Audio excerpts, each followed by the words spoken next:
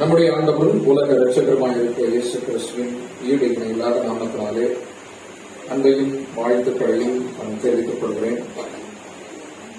அன்பானவர்களே, கடவுளுடைய கிருபை, அவருடைய தயவு, அவருடைய இரக்கம் நமக்கு தேவையான ஜீவனையும் சுகத்தையும் பலத்தையும் ஆரோக்கியத்தையும் தந்து நம்மை பல்வேறு இடங்களிலிருந்து சுகபத்திரமாய் நம்முடைய தூதர்களை கொண்டு காத்து நம்முடைய கால்கள் கண்ணில் இடராதபடி வழி நடத்தி நம்ம இங்கு ஒரு கூரையின் கீழாக ஒருமனப்பட்டு ஒன்றாக ஆதி திருச்சபை கூடியிருந்தது போல நம்மை கூடிவர செய்து அவரை தொழுது கொள்ளவும் அவருடைய வார்த்தைகளை தியானித்து நம்முடைய வாழ்க்கையை சீடு செய்து கொள்ளவும் அவருடைய திருக்குமாரனுடைய கடைசி கால பாத அங்கங்களாகி அவருடைய பரிசுத்தவான்களோடு அன்பு பாராட்டி ஐக்கியப்படவும் நமக்கு இந்த நாளிலே அவர் தந்த கிருபைகளுக்காக அவருக்கு நாம் எங்களுக்கும் நன்றிகளையும் ஸ்தோத்திரங்களையும் நம்முடைய திருச்சபையின் சார்பாக பரமபிதாவின் சிங்காசனங்களிலே காலம் பணிந்து நாம் ஏறெடுப்போம்.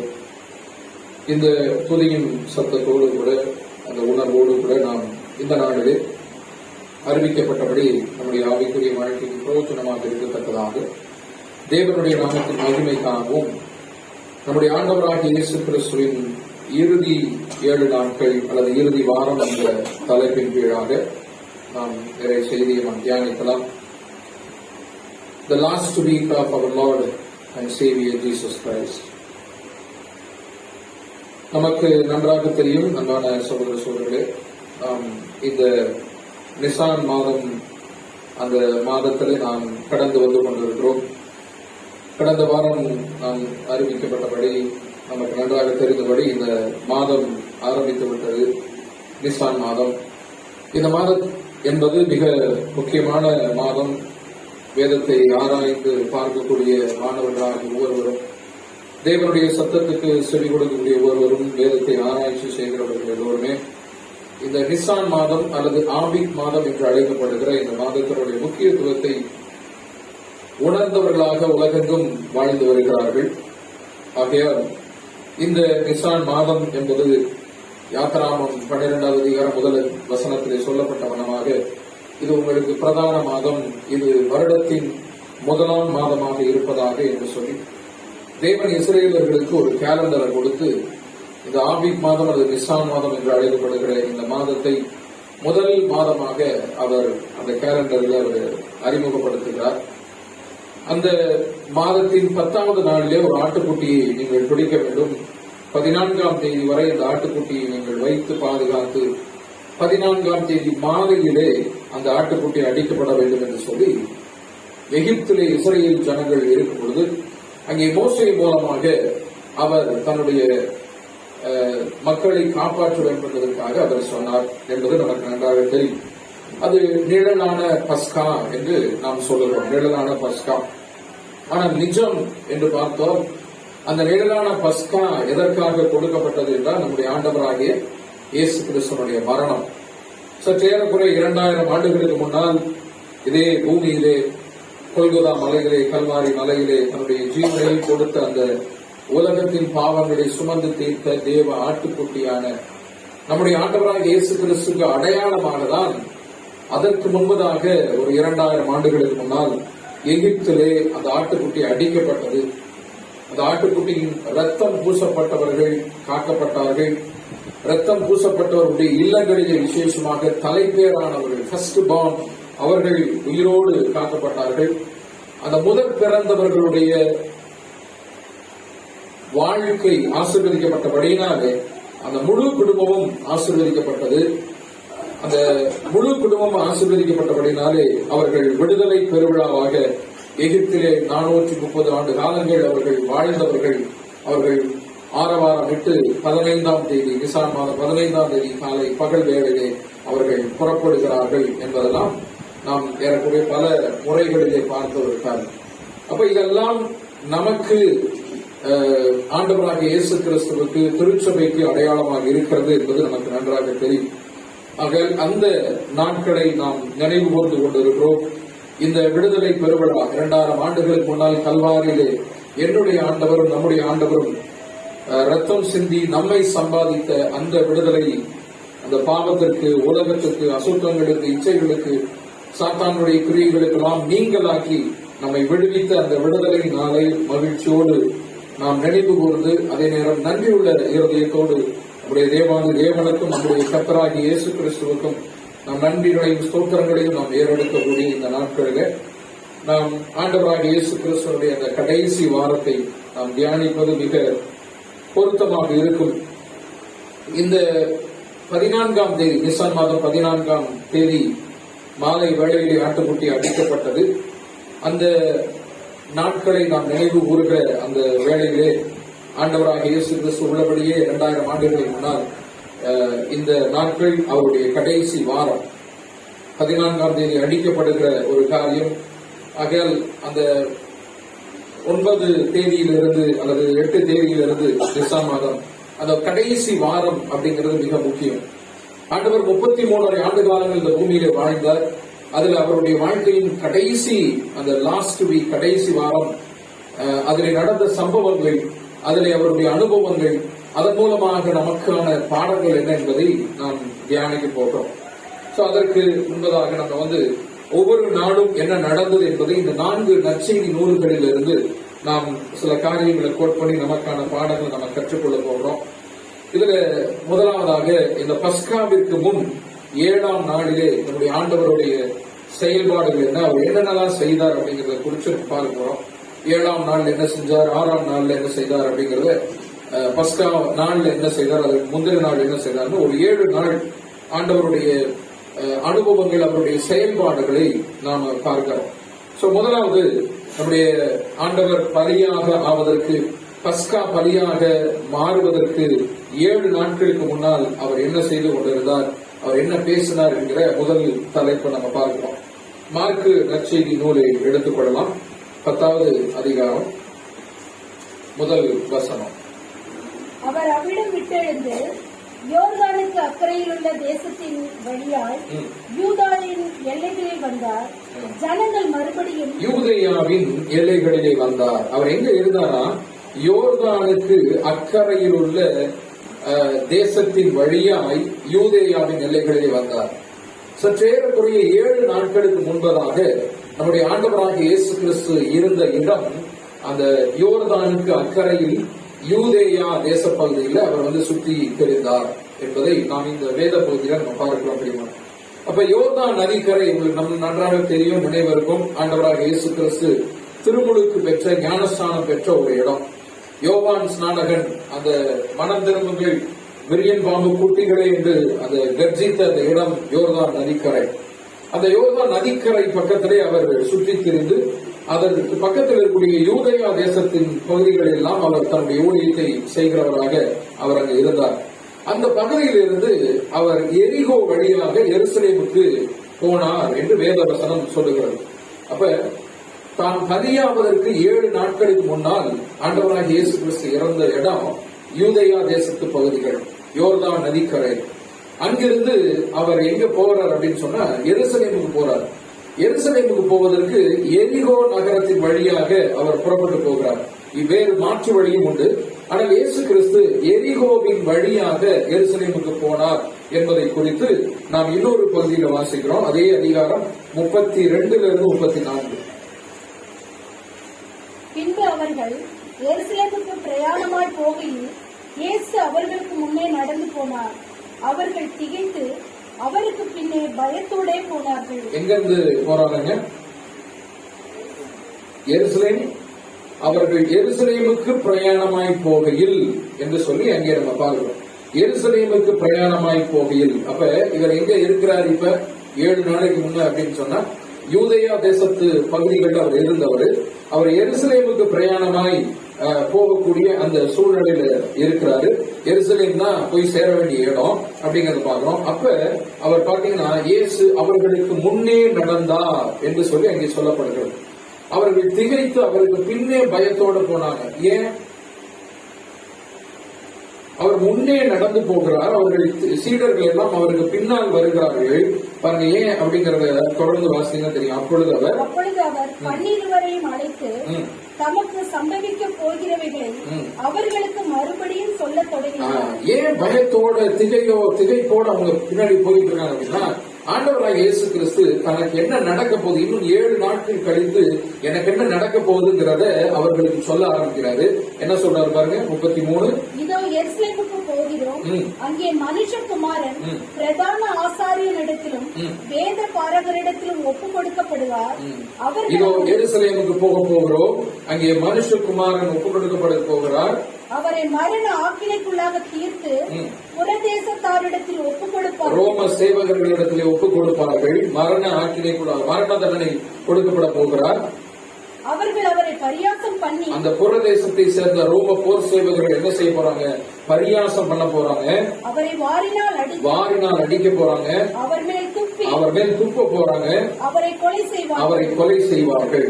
ஆகிலும் 3ஆம் நாளிலே அவர் உயிரோடு எழுந்திருப்பார். ஆனாலும் 3ஆம் நாளிலே மனுஷகுமாரன் உயிரோடு எழுந்திருப்பார் என்றார். அன்பானவர்களே, இங்க இயேசு கிறிஸ்து தன்னுடைய சீடர்களுக்காக அங்க சீடர்களுக்கு இந்த காரியங்களை விவரித்து சொல்லுகிறார்.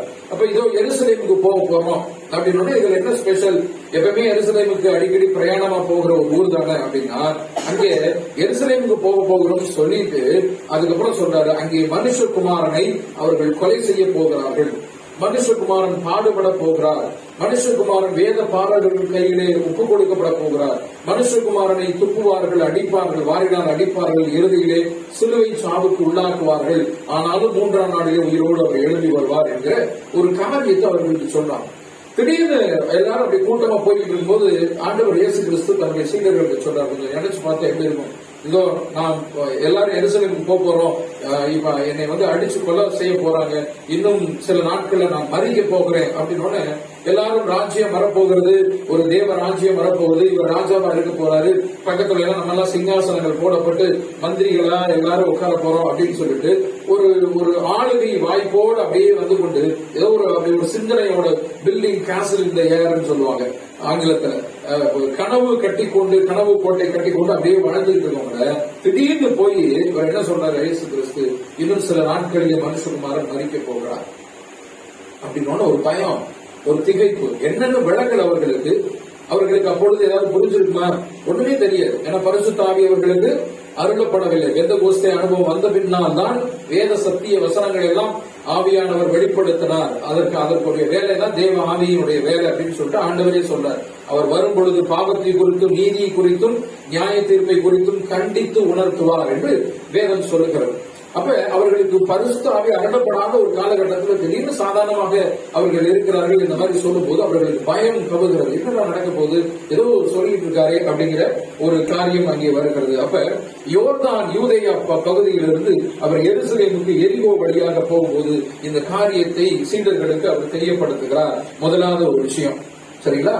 முதலாவது விஷயம் சொல்லிட்டு இவர் பாருங்க, அந்த இடத்துல ஒரு அழகான ஒரு வசனம் நம்ம வாசித்தோம், அவர்களுக்கு முன் சென்றார் என்று சொல்லி நம்ம வாசித்தோம்.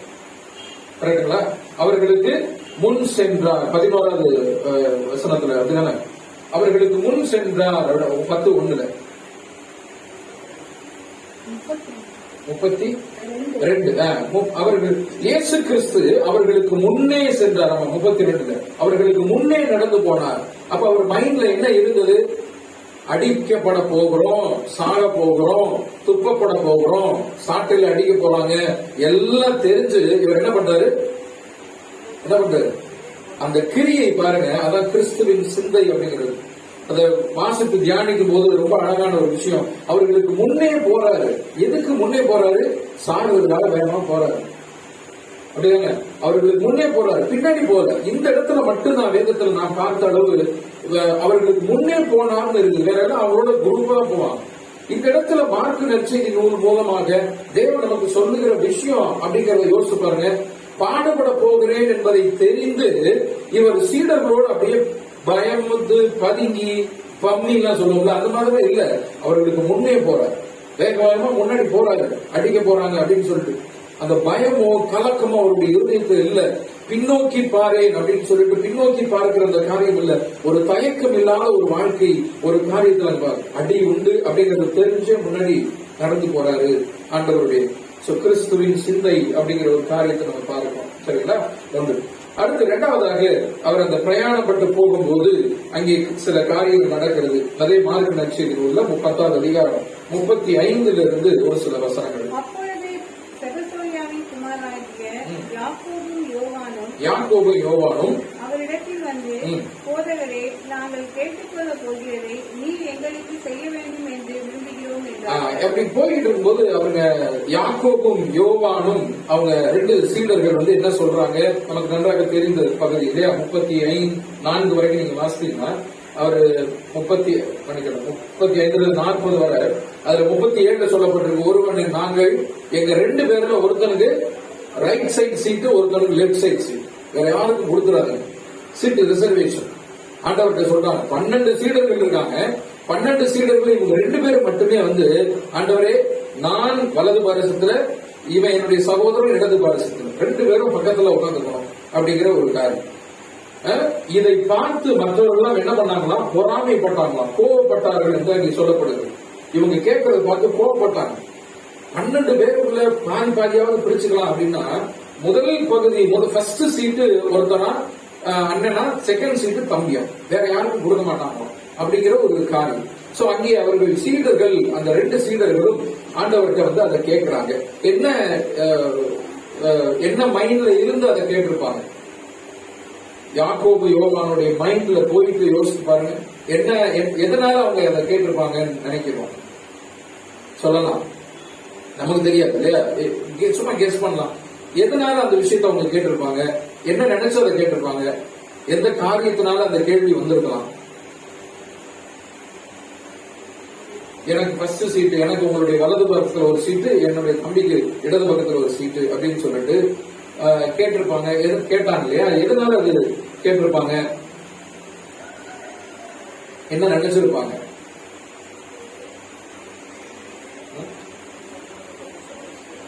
அடுத்தவர்களுடைய மைண்ட்ல போயிட்டு இவங்க என்ன யோசித்தாங்க, இதனால என்ன அப்படிங்கறத யோசிக்கணும்ல. அப்ப அவர்களுடைய மைண்ட்ல இருந்து யோசித்து பார்க்கும்போது சிம்பிளா வேற ஒண்ணுமே இல்லை, பரிசுத்த ஆவி அவர்களுக்கு இன்னும் அருளப்படவில்லை. அதனால பெரிய ராஜ்யத்தினுடைய ஆண்டவருடைய சிலுவையை வந்து நானும் தூக்கி சுமக்க வேண்டும் அப்படிங்கறதெல்லாம் அவங்களுக்கு தெரிஞ்சிருக்காது. சிம்பிளா ஆண்டவரோடு கூடவே இருக்கணும், அவ்வளவுதான். பெருசா நம்ம ஒண்ணு அவரோடு நெருங்கி உட்கார்ந்துருக்கோம். ஏன் வலது பக்கம் ஒரு சீட்டு, லெப்ட் சைட்ல ஒரு சீட்டு, ரைட் சைட்ல ஒரு சீட்டுன்னு ஏன் சொன்னாங்க, ஆண்டவரோடு கூடவே எப்பயும் இருக்க வேண்டும் என்கிற ஒரு ஆர்வம், அவ்வளவுதான். பெருசா நம்ம யோசிக்க தேவையில்லை இல்லையா. சோ அப்ப ஒரு ஆர்வம் அவர்களை நெருக்கி ஏவியதுனால, ஆண்டவரோடு கூட எப்பொழுதும் இருக்க வேண்டும் என்கிற ஒரு காரியம் இருக்கும். அந்த ஒரு ஆர்வத்தின் விளைவாக அவங்க அந்த கேள்வியை கேட்டிருக்க கூடும் அப்படிதான் நம்ம இருக்கிறோம். அது உண்மை என்னன்னு தெரியல, அவங்க வந்தாதான் தெரியும். அப்ப அந்த ஒரு ஆர்வத்தின் விளைவாக அவங்க கேட்கிறாங்க எங்களுக்கு ஒரு சீட்டு. உடனே ஆண்டவர் என்ன சொல்றாரு, ஆர்வமா இருக்கிறவங்களுக்கு, எவ்வளவு ஆர்வமா எவ்வளவு பாசமா என் கூட இருக்கணும்னு ஆசைப்படுறீங்கப்பா அப்படின்னு சொல்லிட்டு அவர்களை பாராட்டல. அவர் என்ன கேட்கிறாரு பாருங்க, மத்திய 20வது அதிகாரம் 22வது வசனம். மத்தேயு நற்செய்தியாளர் கொஞ்சம் இன்னும் டீட்டெயிலா எழுதியிருக்காங்க.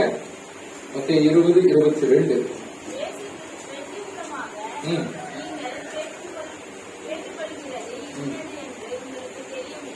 நீங்க கேட்கறது என்னன்னு, விளையாட்டு பிள்ளைங்கப்பா, நீங்க கேட்கறது என்னன்னு தெரியல அப்படின்னு சொல்லிட்டு அவர் கேட்கிறாரு பாருங்க.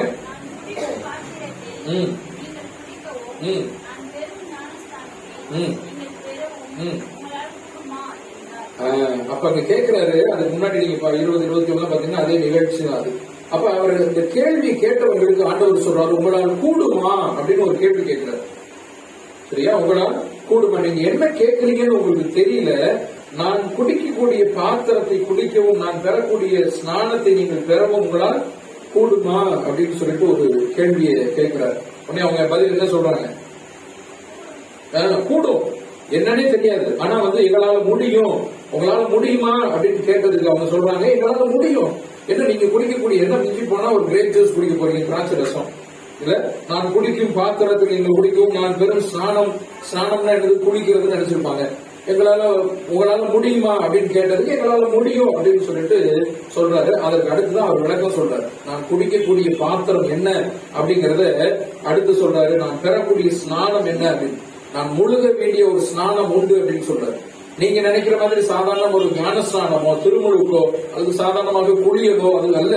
நான் முழுக வேண்டிய ஸ்நானம் உண்டு, அது பாடுகளின் ஸ்நானம், மரணத்துக்கான பாத்திரத்தை தான் நான் வந்து எனக்கு தேவன் அனுமதித்திருக்கிறார் அப்படின்னு சொல்லிட்டு அதை பின்னாடி அதை சொல்றேன். அப்ப இங்க 2வது நிகழ்ச்சியாக நம்ம பார்க்கிறோம். ஒன்று, எரிகோ வழியாக எருசலேமுக்கு போகும்போது யூதேயா நகரத்தில் இருந்து அங்கே முதலாவதாக தன்னுடைய பாடுகளின் காரியங்களை தன்னுடைய சீஷர்களுக்கு விளக்கி ஒரு பயம் அவர்களுக்கு உருவாகக்கூடிய ஒரு சூழ்நிலை வந்துச்சு. அவர்களுக்கு முன்னே சென்றார் என்கிற ஒரு பாடத்தை நம்ம பார்க்கணும். இரண்டாவதாக இயேசு கிறிஸ்து அந்த 2 சீடர்கள் அவர்கள் இயேசு கிறிஸ்து கேட்கிறாங்க, வலது பரிசத்துல இடது பரிசத்துல உட்காரும்படி எங்களுக்கு உதவி செய்யுங்க அப்படின்னு கேட்கும்போது இவர் பதில் கொடுக்கிறாரு, உங்களால் கூடுமா, நீங்க என்ன கேட்கறீங்கன்னு தெரியல, ஆனால் உங்களால் கூடுமா என்று சொல்லி கேட்கிறார். எங்களால் கூடும் என்று சொல்றார். அப்ப ஆண்டவர் இந்த கேள்வி கேட்கும்போது வெரி குட், ரொம்ப ஆர்வமா இன்ட்ரெஸ்டா இருக்கீங்க என்று சொல்லல. அவர் உடனே ஒரு கேள்வி கேட்கிறார். சரிங்களா? வலது பரிசத்தில் அமர வைப்பது இடது பரிசத்தில் அமர வைப்பது என்னுடைய வேலை இல்லை, நான் செய்ய முடியாது. அதை யாரு செய்யணுமா? பிதாதான் அந்த சீட்டு ரிசர்வேஷன் யார் யாருக்கு என்ன கொடுக்கணும். அதான் பிதா ஒருவனை இழுத்துக் கொள்ளாவிட்டால் ஒருவனும் குமாரனிடத்தில் வர முடியாது. அப்ப பிதாவாகிய தேவன் அதுதான் நியமித்திருக்கு. அதான் கடந்த வாரத்தில் கூட நம்ம பார்த்தோம். சபையில ஒவ்வொருவரும் ஒவ்வொரு காரியம், ஒவ்வொரு கடமை அவர்களுக்கு கொடுக்கப்பட்டது, பொறுப்பு கொடுக்கப்பட்டது. தேவனுடைய சித்தம் அது. தேவாதி தேவன் இயேசு கிறிஸ்து கூட சொல்லல, தேவனுடைய சித்தம் என்று சொல்லப்படுகிறது. அப்ப தேவனுடைய சித்தம் இல்லாமல் தேவன் ஒருவனை இழுத்துக் கொள்ளாமல் ஒருவனும் கிறிஸ்துவனிடத்தில் வர முடியாது. அப்ப இயேசு கிறிஸ்து என்னுடைய சொந்த இரட்சகர் என்று சொல்வதற்கு கூட யாருடைய ஆசீர்வாதம் கிருபை வேண்டும் என்று சொன்னால் பிதாவாகிய தேவனுடைய கிருபை. அவர் விளக்கி சொல்லணும். இன்னைக்கு நிறைய பேருக்கு இயேசு கிறிஸ்து யாருன்னு தெரியல. ஏனென்றால் பிதாவுடைய கிருபை இல்ல, பிதாவுடைய திட்டத்தில் அவங்க இல்ல, அவ்வளவுதான். பிதாவுடைய திட்டத்தில் இல்ல. பெரிய ஞானிகளாக இருக்கலாம், கல்விமான்களாக இருக்கலாம், ஆனால் கிறிஸ்து யார் என்கிற அறிவு அவர்களுக்கு கொடுக்கப்படவில்லை. தேவ திட்டம் நமக்கு என்னையும் உங்களையும் தெரிந்திருக்கிறது என்று சொன்னால் நம்மை குறித்த தேவ திட்டம் ஒன்று உண்டு. ஒரு பர்பஸ் இருக்கு, ஒரு நோக்கம் இருக்கு. என்னையும் உங்களையும் தேவன் தன்னுடைய ஞானத்தினால நிரப்பி இந்த காரியங்களை தெளிவுபடுத்தி இருக்கிறார் என்றால் நம்மை குறித்த ஒரு நோக்கம் உண்டு. அந்த நோக்கம் என்ன ஆண்டவரேங்கிறத ஜெபத்துல உட்கார்ந்து முழங்கால் படித்து தேவன்கிட்ட கேட்டு அந்த நோக்கத்தை நிறைவேற்றுவதற்கான காரியங்களை நம்ம ஈடுபடுவோம். அப்படி ஈடுபடும் போது நமக்கு அளவில்லாத ஆசீர்வாதங்களை அவர் கொடுக்கிறார். அதுதான் முதலாவது தேவனுடைய ராஜ்யத்துக்கு மற்றதெல்லாம் கூட கொடுப்பீங்கிறார் இல்லைங்களா? அப்ப பிதா கொடுக்கக்கூடிய அந்த ஆசீர்வாதம் தான் வலது பாரசம் இடது பாரசம், பக்கத்துல உட்காருது, முன்னாடி உட்காருது, பின்னாடி உட்காருது, எனக்கு சம்மந்தமே இல்லை அப்படின்னு ஆண்டவர் பின்னாடிதான் சொல்றாரு. ஆனால் அதற்கு முன்பதாக அவர் கேட்கிறார், உங்களால் கூடுமா? அப்படின்னா என்ன அர்த்தம்? வலது பரிசத்துல இடது பரிசத்துல உட்கார வைப்பாரு எங்க அப்பா, அது ஒன்றும் பிரச்சனை இல்லை. ஆனால் உட்காருபவர்கள் என்ன செய்யணுமா? என்ன செய்யணும்? நான் எப்படி பாத்திரத்தை நான் பானம் பண்ண போகிறேனோ, பாடுகளை அனுபவிக்க போறேனோ, மரணத்தை ஏற்றுக்கொள்ள போறேனோ, அதற்கு நீங்க ரெடியா இருக்கணும். சரிங்களா? அததான் இன்டைரக்டா சொல்றாரு. அதுதான் இன்றைக்கும் திருச்சபைக்கான ஒரு பாடமா இருக்கு. இயேசு கிறிஸ்துவோடு கூட ஆளுகையின் வாய்ப்பை நாம் பெற வேண்டும் என்ற ஆர்வம் எல்லாருக்கும் இருக்கு. யாருக்கு வேணாலும் தெரிஞ்சு கிறிஸ்தவர்கள்ட்ட கையில பைபிள் வச்சிருக்கவங்க, கழுத்துல சிலுவை போடுற எல்லாரும் பரலோகத்துக்கு போகணும், ஆண்டவரோடு ஆடி பாடணும், என்னையா வேலை பாக்குற அப்படின்னா ஒரு இல்லீகல் பிசினஸ் ஏதாவது பண்ணுவோம். இல்ல சாராய கடையை ஓபன் பண்றவங்க கூட காலையில் எந்திரிச்சு கடையை ஓபன் பண்ற முன்னாடி சாமி கும்பிட்டு தான் ஓபன் பண்றாங்க. வரிசையா படம் எல்லாம் வச்சு இல்ல சாமி கும்பிட்டு தான் பிக் பாயிண்ட் அடிக்கிறவங்க கடவுளே இன்னைக்கு நல்ல தேரணும், இன்னைக்கு நிறைய பேர் பையில பாக்கெட்ல வச்சுக்கிட்டு வரணும், இன்னைக்கு நல்ல ஆசீர்வாதத்தை கொடு, எல்லாரும் ஜோப் பண்ணிட்டு தான் ஆரம்பிக்கிறான். வேலையை கோயில போய் தொண்டு கும்பிட்டு தான் எல்லா வேலையும் பார்க்க ஆரம்பிக்கிறான். இன்னைக்கு நல்ல வருமானம் வரணும் அப்படின்னு சொல்லிட்டு பாருங்க. அந்த ஜெபங்கள் எல்லாம் கடவுள் கேட்பாரா அப்படிங்கிறது எல்லாருடைய வாழ்க்கையும் பாருங்க. அப்படி ஏதோ ஒரு ஆசீர்வாதம், ஒரு பரலோக வாய்ப்பு கடவுளோட இருக்கணும். ரைட், ஓகே, டார்கெட் கோல் நல்லது, தவறானது அல்ல, நல்ல கோல். பட் என்ன பார்த்து நீங்க எடுத்துட்டு எந்த வழியாக நீங்க பரலோகம் போக போறீங்க? தேவன் சொல்றார், வேதம் சொல்லுகிற ஒரே வழி கர்த்தராகிய இயேசு கிறிஸ்து. அப்ப நானே வழி, அந்த வழியா எல்லாமே ஒருவரும் பரலோகம் போக முடியாது இல்லைங்களா? அப்ப பரலோகத்துக்கு போக வேண்டும் என்கிற நோக்கம் உன்னதமான நோக்கம், உயரிய நோக்கம். ஆனால் போகிற வழி அது தெரியாமதான் இன்னைக்கு திணறி கொண்டு இருக்கிறாங்க இல்லையா? மேய்ப்பன் இல்லாத ஆடுகளை போல இந்த ஆண்டவர் 2000 வருஷம் முன்னாடியே இஸ்ரேல் ஜனங்களை பற்றி சொன்னார். இன்றைக்கும் அது பொருள். அப்ப மேய்ப்பன் சரியில்லாத, மேய்ப்பன் இல்லாத ஒரு ஆடுகளை போல இன்னைக்கு ஜனங்கள், கிறிஸ்தவர்கள், சபைகள். ஆண்டவர் சொன்னார், என்னோடு வலது பரிசத்துல இடது பரிசத்துல உட்காரணுமா, அந்த மேலான தகுதியில் அமரணுமா, மேடையில நீ உட்காரணுமா, நீ முதல்ல அதுக்கு என்ன பண்ணணும்? பாடுகள் அனுபவிக்கணும், நீ துன்பம் அனுபவிக்கணும், வேற கஷ்டம் அனுபவிக்கணும். அப்பதான் நீ மேல ஏற முடியும் அப்படிங்கிற ஒரு காரியத்தை அங்க சீடர்களுக்கு சொன்னார். பிரியமானவர்களே, 2வது நிகழ்ச்சி பார்க்கிறோம். அதனுடைய தொடர்ச்சியா தான் மார்க் 10 42 44 வரை நீங்க வாசித்து பாத்தீங்கன்னா இந்த காரியத்தை அவர் சொல்றாரு. முதலிலே நீங்க மேல ஏறணும் அப்படின்னா நீங்க முதல்ல என்ன பண்ணணுமா, ஊழியக்காரனா இரு. எவனாயிலும் பெரியவனா இருக்க விரும்பினால் அவன் உங்களுக்கு பணிவிடைக்காரனாய் இருக்க கடவுது. 43வது வசனம், வேலைக்காரனாக இருக்கிறது. ஊழியக்காரன் அப்படின்னு ஒரு அழகான ஒரு வார்த்தையை நம்ம போடுறோம். ஊழியக்காரங்கிறது என்னது, வேலைக்காரர். யாராவது நீங்க வலது பாரசத்துல இடது பாரசத்துல மேல வந்து உட்காரணும், ஆசீர்வாதத்தை பெற்றுக்கொள்ளணும், அவரோடு கூட இருக்கணும், எல்லா விதமான சந்தோஷங்களையும் ஆசீர்வாதங்கள் நானும் பெற்றுக்கொள்ளணும் அப்படின்னா கஷ்டப்படணும், துன்பப்படணும், பாடுகள் அனுபவிக்கணும். முதல்ல பணிவிடைக்காரனாக இருங்க. எவனாயும் பெரியவனாய் இருக்க விரும்பினால் அவன் உங்களுக்கு பணிவிடைக்காரனாய் இருக்க கடவன். 45 அப்படியே மனுஷகுமாரன் ஊழியம் கொள்ளும்படி வராமல் ஊழியம் செய்யவே வந்தார். வேலை பார்க்க தான் வந்தோம். ஜாலியா கால் மேல கால் போட்டுட்டு ஒரு சேர் போட்டு மேல ஏறி உட்காந்து ஐயாவுக்கு பொன்னாடை போத்தி இல்ல ஐயா மாதிரி இருக்கா, பிரதர் மாதிரி இருக்கா, அதுவும் அல்ல. ஊழியம் கொள்ளும்படி வராமல் ஊழியம் செய்யவே மனுஷகுமாரன் வந்தே. அப்ப வலது பாரசம் இடது பாரசம் உட்காரணும் அப்படின்னா நம்ம முதல்ல பணிவிடைக்காரனாக இருந்து கற்றுக்கொண்டு பல காரியங்கள் பல பாடுகளை ஆண்டவரோடு கூட அனுபவித்து அதற்கு பின்னால் அவர் விரும்பின போது அவர் நமக்கென்று காலம் வரும் பொழுது நம்மை வாழாக்காமல் அவர் தலையாக்க வல்லவராக இருக்கிறார். 2வது காரியத்தை பார்ப்போம். அடுத்து மூன்றாவது நிகழ்ச்சி இதே நாள்ல மார்க் 10வது அதிகாரம் 46வது வசனம். பின்பு அவர்கள் கரெக்ட், அவரும் அவருடைய சீடர்களும் திரளான ஜனங்களும் எரிகோவை விட்டு புறப்படுகிற போது. இப்ப எங்க இருந்து வர்றாங்க? 7வது நாள் எங்க இருந்து? எருசலேம்ல இருந்து வர்றாங்க. இல்ல அதுக்கு முன்னாடி ஒரு ஊர்ல இருந்து புறப்பட்டு வந்தாங்கன்னு பார்த்தோம். முதல்ல யோர்தான் நதிக்கரையில் இருந்து புறப்பட்டு வராங்க. அங்க அவங்க இருந்தாங்க 7வது நாளுக்கு முன்னாடி. ஆண்டவர் சிலுவையில மரிப்பதற்கு 7 நாளைக்கு முன்னாடி யூதேயா நதிக்கரை அங்கிருந்து புறப்பட்டு அப்படியே எருசலேம் வரும்பொழுது இவங்க எங்க வர்றாங்க? எரிகோ வழியாக வர்றாங்க. அப்ப எரிகோ ஊருக்கு வரும் பொழுது ஒரு நிகழ்ச்சி நடக்குது பாருங்க. அதுதான்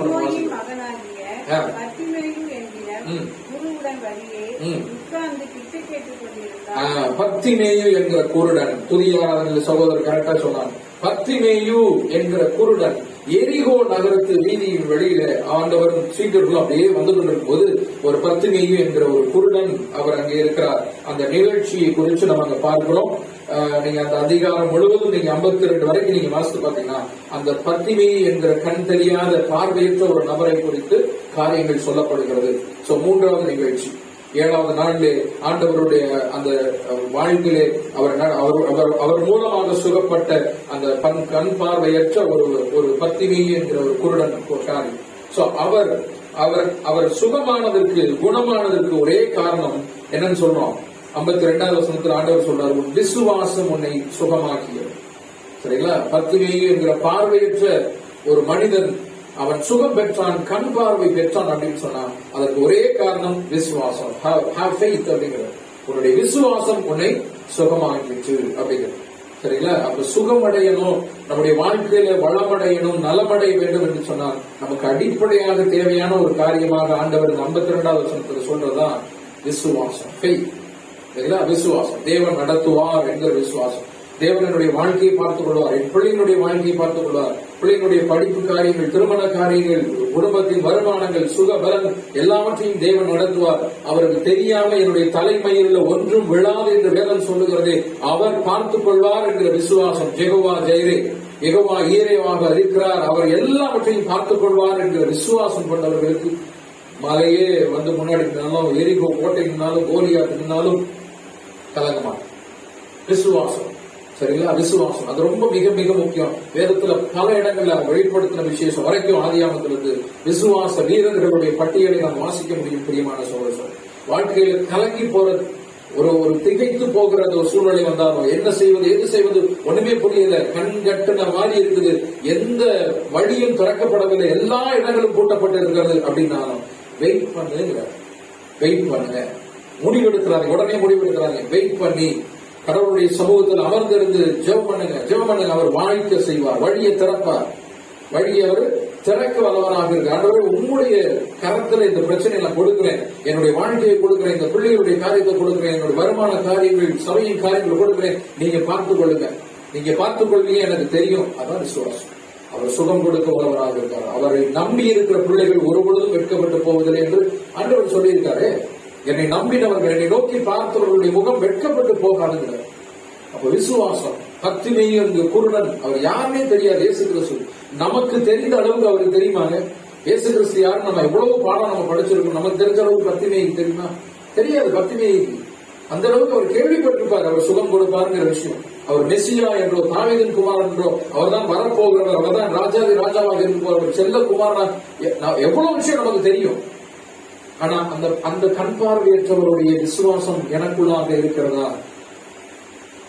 கண் பார்வையற்றவருடைய விசுவாசம் எனக்குள்ளாக இருக்கிற தாவீதின் குமாரனே என் மேல் இறங்கும் என்று சொல்லி அவர் கூப்பிட தொடங்கினார்.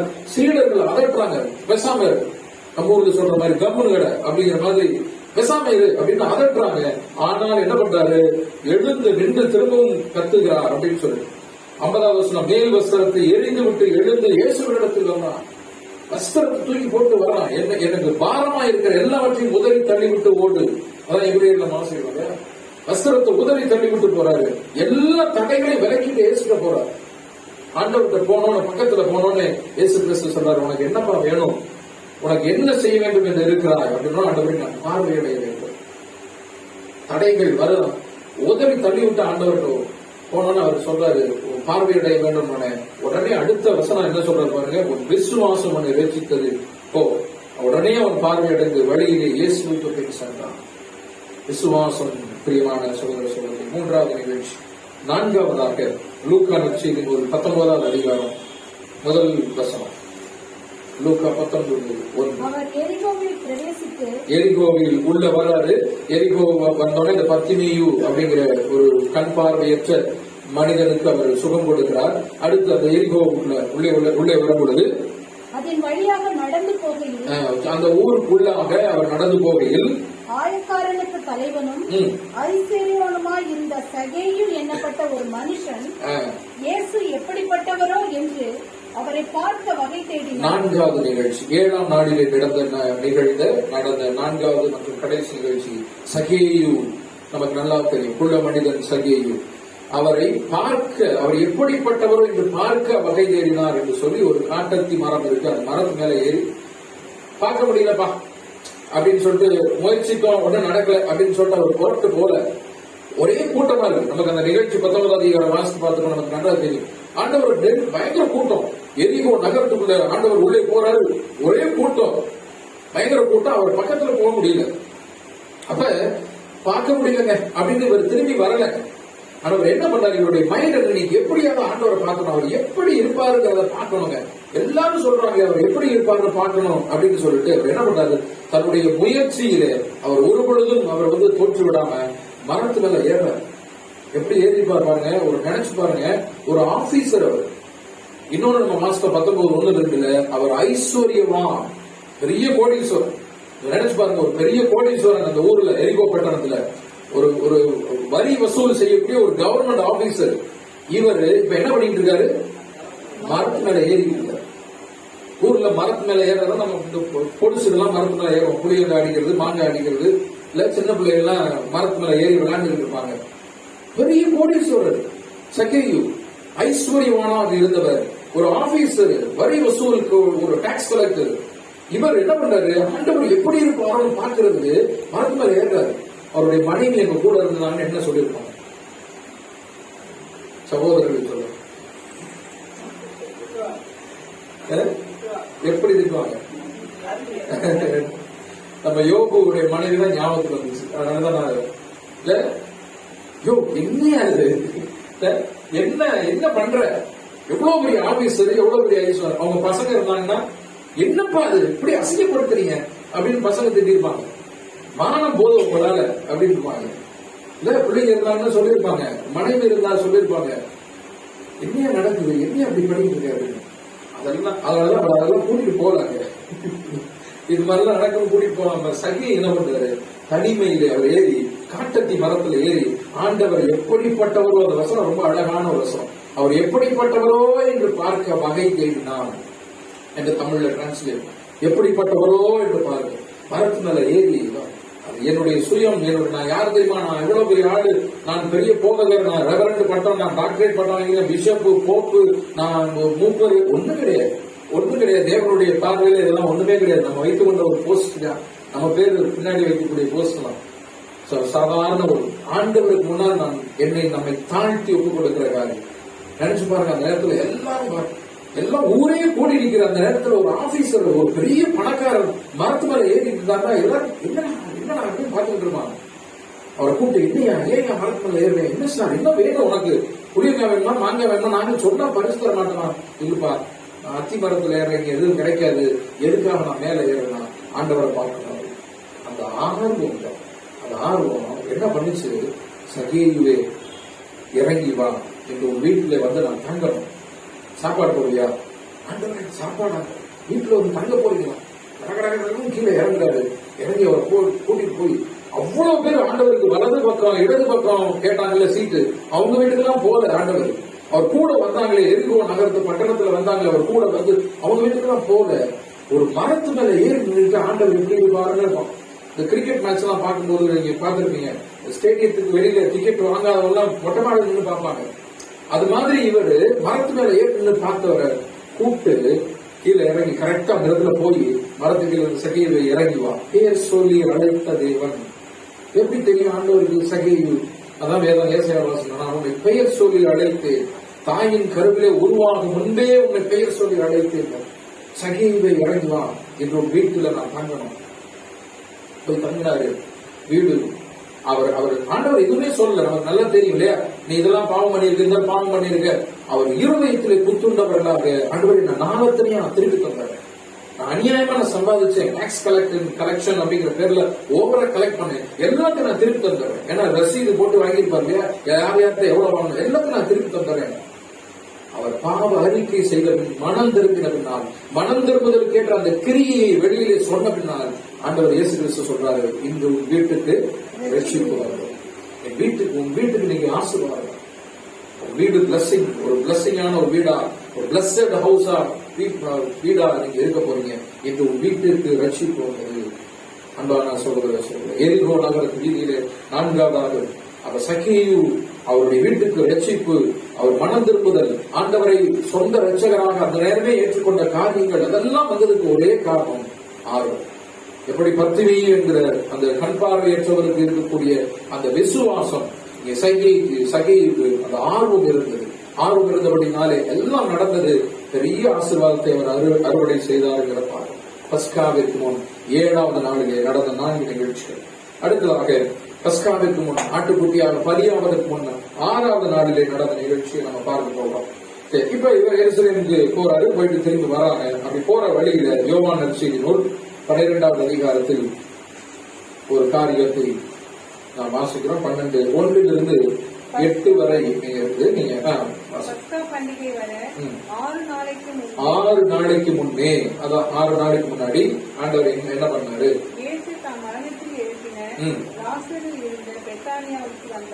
அங்க பெத்தானியாவுக்கு வர்றாரு. எருசலேமுக்கு போற வழியில பெத்தானியாவுக்கு அங்க போறாரு. லாசரு வீட்டுக்கு வராரு. அங்கே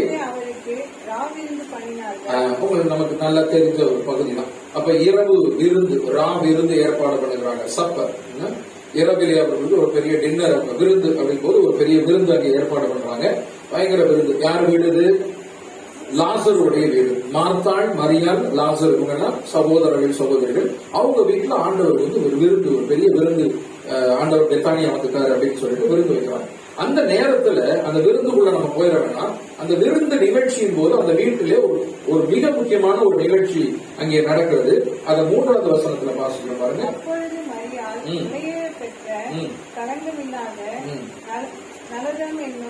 தளத்திலே ஒரு ராத்திரி கொண்டு அதை இயேசுவின் பாதங்களை தூக்கி தன் தலைமையினால் அவருடைய பாதங்களை துடைத்தார்.